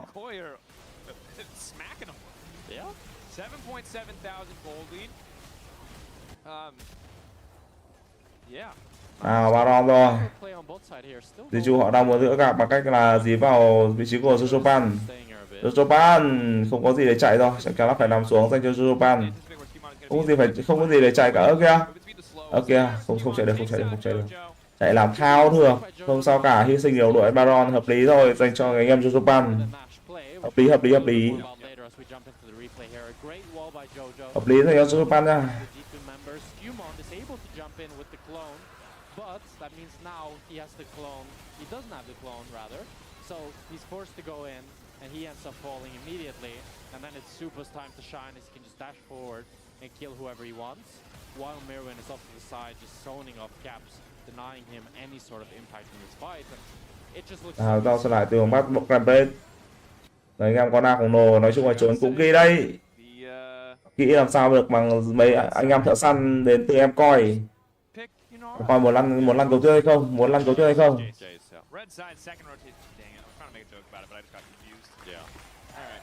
Yunara, very good. I see it. And no Fiend Hunter bolts this time. No Fiend Hunter bolts. And I'm liking this more. But maybe just because of the Lulu. Yeah, it is a Lulu. It's not a significant sample size. Yeah. Mirwin being cautious to step forward here as there were for a moment there. Tiếp tục tiếp. Boy, scouting out, looking for control on the top side. Do have another minute 40 seconds left on this Red Bull Baron power play. But you can see now, as finally Jojo has respawned, that his death on bot really slowed down this Baron power play, as you really want them to be able to get a little bit more with this Nash, and maybe even potentially break inhibs. but I mean, I say that, but they have a 9,000 gold lead. So it's not like they're sad, but I think it slowed down the game pacing a little bit. Hansama. Let's see if they can mount defense. That's just it. Không thể đỡ được với Hansama. Nhìn Hansama bắn không có đam anh em ạ. Điều đó một sức mạnh khủng khiếp ở phía đường trên. Iora đang dí vào cái chỗ 2 ở phía đường trên rồi. Dí luôn với chị chỗ 2 chứ còn gì nữa. Although the later the game goes, the higher the stakes are on those kind of Azir flank moments. Yeah, we're gonna need a miracle fight from G2 for sure. Some sort of like wombo combo with the Gnar ult, Azir ult. But we do have a chance for you to prove your statement earlier today. Oyoya is very, very mình. Yeah, and our observers are great people. And I'm sure if there's 1,000 damage. Mười lần đang dí lên. Sky vào bắt gặp người em đang làm gì đây? He's no plated steel caps. So I could see it. I got these are brown bags. Thấy khởi động nha, xin chào toàn thể anh em. That's rough. 1,000 shock blast. Oyoya, do it for me. Cá vẫn đang bỏ chạy anh em ạ. Mặc dù đã có Baron nhưng mà anh em thấy là sắp hết thời gian rồi, anh em coi vẫn chưa làm được gì ạ anh em ạ. Chưa tiến đến bậc thềm luôn anh em ơi. Như vậy khoảng cách tiền thì bây giờ vẫn đang là quá xa xôi, 10k tiền. Đỡ được này Di Chu cũng là điều khó khăn, nhưng mà mình méo hiểu tại sao với 10k tiền mà em coi lại không dám lăn cầu tuyết luôn. Họ đánh vẫn đang là khá chắc cú. Can we get a click toggle on Hansama just so I can see how much health he has? Thank you, observers. Yeah, that was not 1,000. That was almost 1,000. That was not 1,000. That was like 900. Đấy rồi, bây giờ thì các thành viên của em coi đang tiến vào cái trụ bậc thềm một khu vực dưới. Họ đang chơi với chiến thuật 4-1. Họ cử một mình đó là người anh em Sosopan ở lên khu vực trên, trong đó thì 4 thành viên còn lại xuống khu vực dưới để có thể tổ chức tình huống quấy phá để tạo điều kiện để cho Sosopan có thể đẩy lính vào sâu nhất. Đẩy vào thôi chứ còn gì nữa. Đẩy vào đít chúng nó.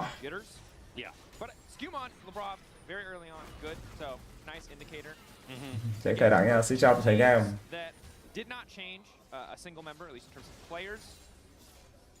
It's a best of one. We'll get to see this again, I'm sure.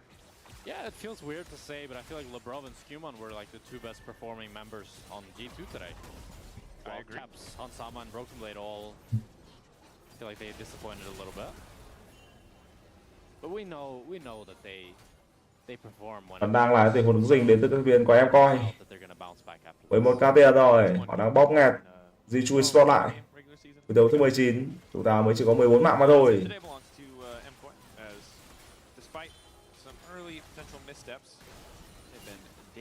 Bắn rất đau vào người của Cap anh em ạ. Cap đau vai ai rồi, đừng hành Cap nữa. Cap nó khổ lắm rồi.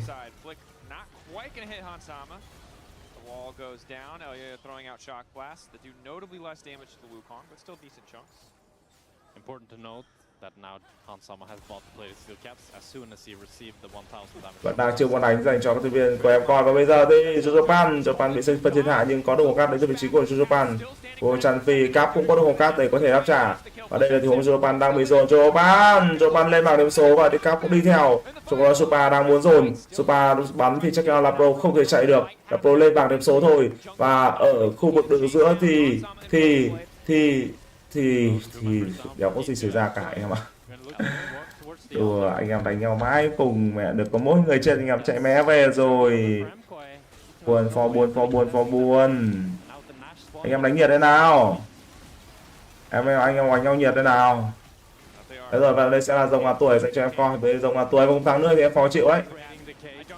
Dòng ngàn tuổi với những người anh em coi không thắng nữa thì em Phò cũng chịu.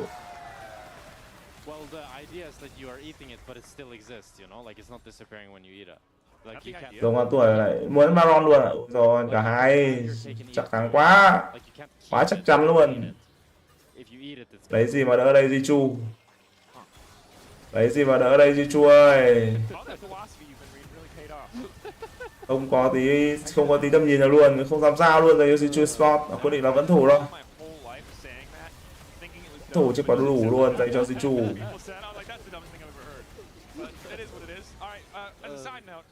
Not trying to undermine MCOY's accomplishments here. They did get Elder and they did get Baron, but they are Goomba stomping. Yeah. Feels more apt to use that word. Rồi, Di Chu vẫn đang cố gắng, họ đang đối với nhau vị trí của Anazaro. Alvaro, một tiếng đi ngu cho vị trí của Alvaro, nhưng đây là mặt đất dậy sóng, là Pro sẽ phải trả giá. Một tình huống 1 đối 1 mà thôi, và hai vị tướng support vừa phải nằm xuống anh em ạ. Vừa phải nằm xuống luôn chứ còn gì nữa, chạy đâu có sâu. Không thể chạy được với con sâu này. Bây giờ thì kết thúc trận đấu này thôi, kết thúc trận đấu này thôi em coi ơi. Đầu diễn ra quá dài hơi.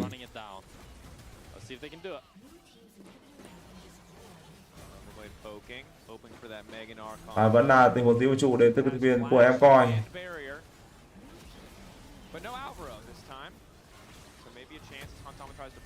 Đấy rồi, chỉ còn 2 cái trụ bậc thêm nữa thôi. Sẽ là cái trụ đầu tiên. Các thành viên của dì trụ vẫn chưa ra và Cáp là người tiên phong. Cáp ra, Cáp bỏ chạy vào thôi. Tưởng kéo lính từ vị trí của Cáp. Cáp ơi.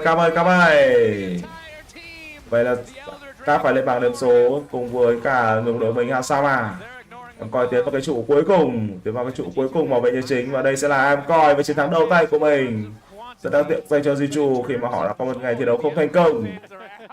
Xin chào toàn thể các em nhé. Chúng ta đã đến với những tình huống cuối cùng của trận đấu ngày hôm nay thôi. Anh em có thể nhắn tin ngay đến, đó là anh em có thể vào nhóm và nhắn tin ngay số tài khoản để có thể nhận quà của Phò nhé. Cảm ơn anh em mình rất nhiều anh em ơi.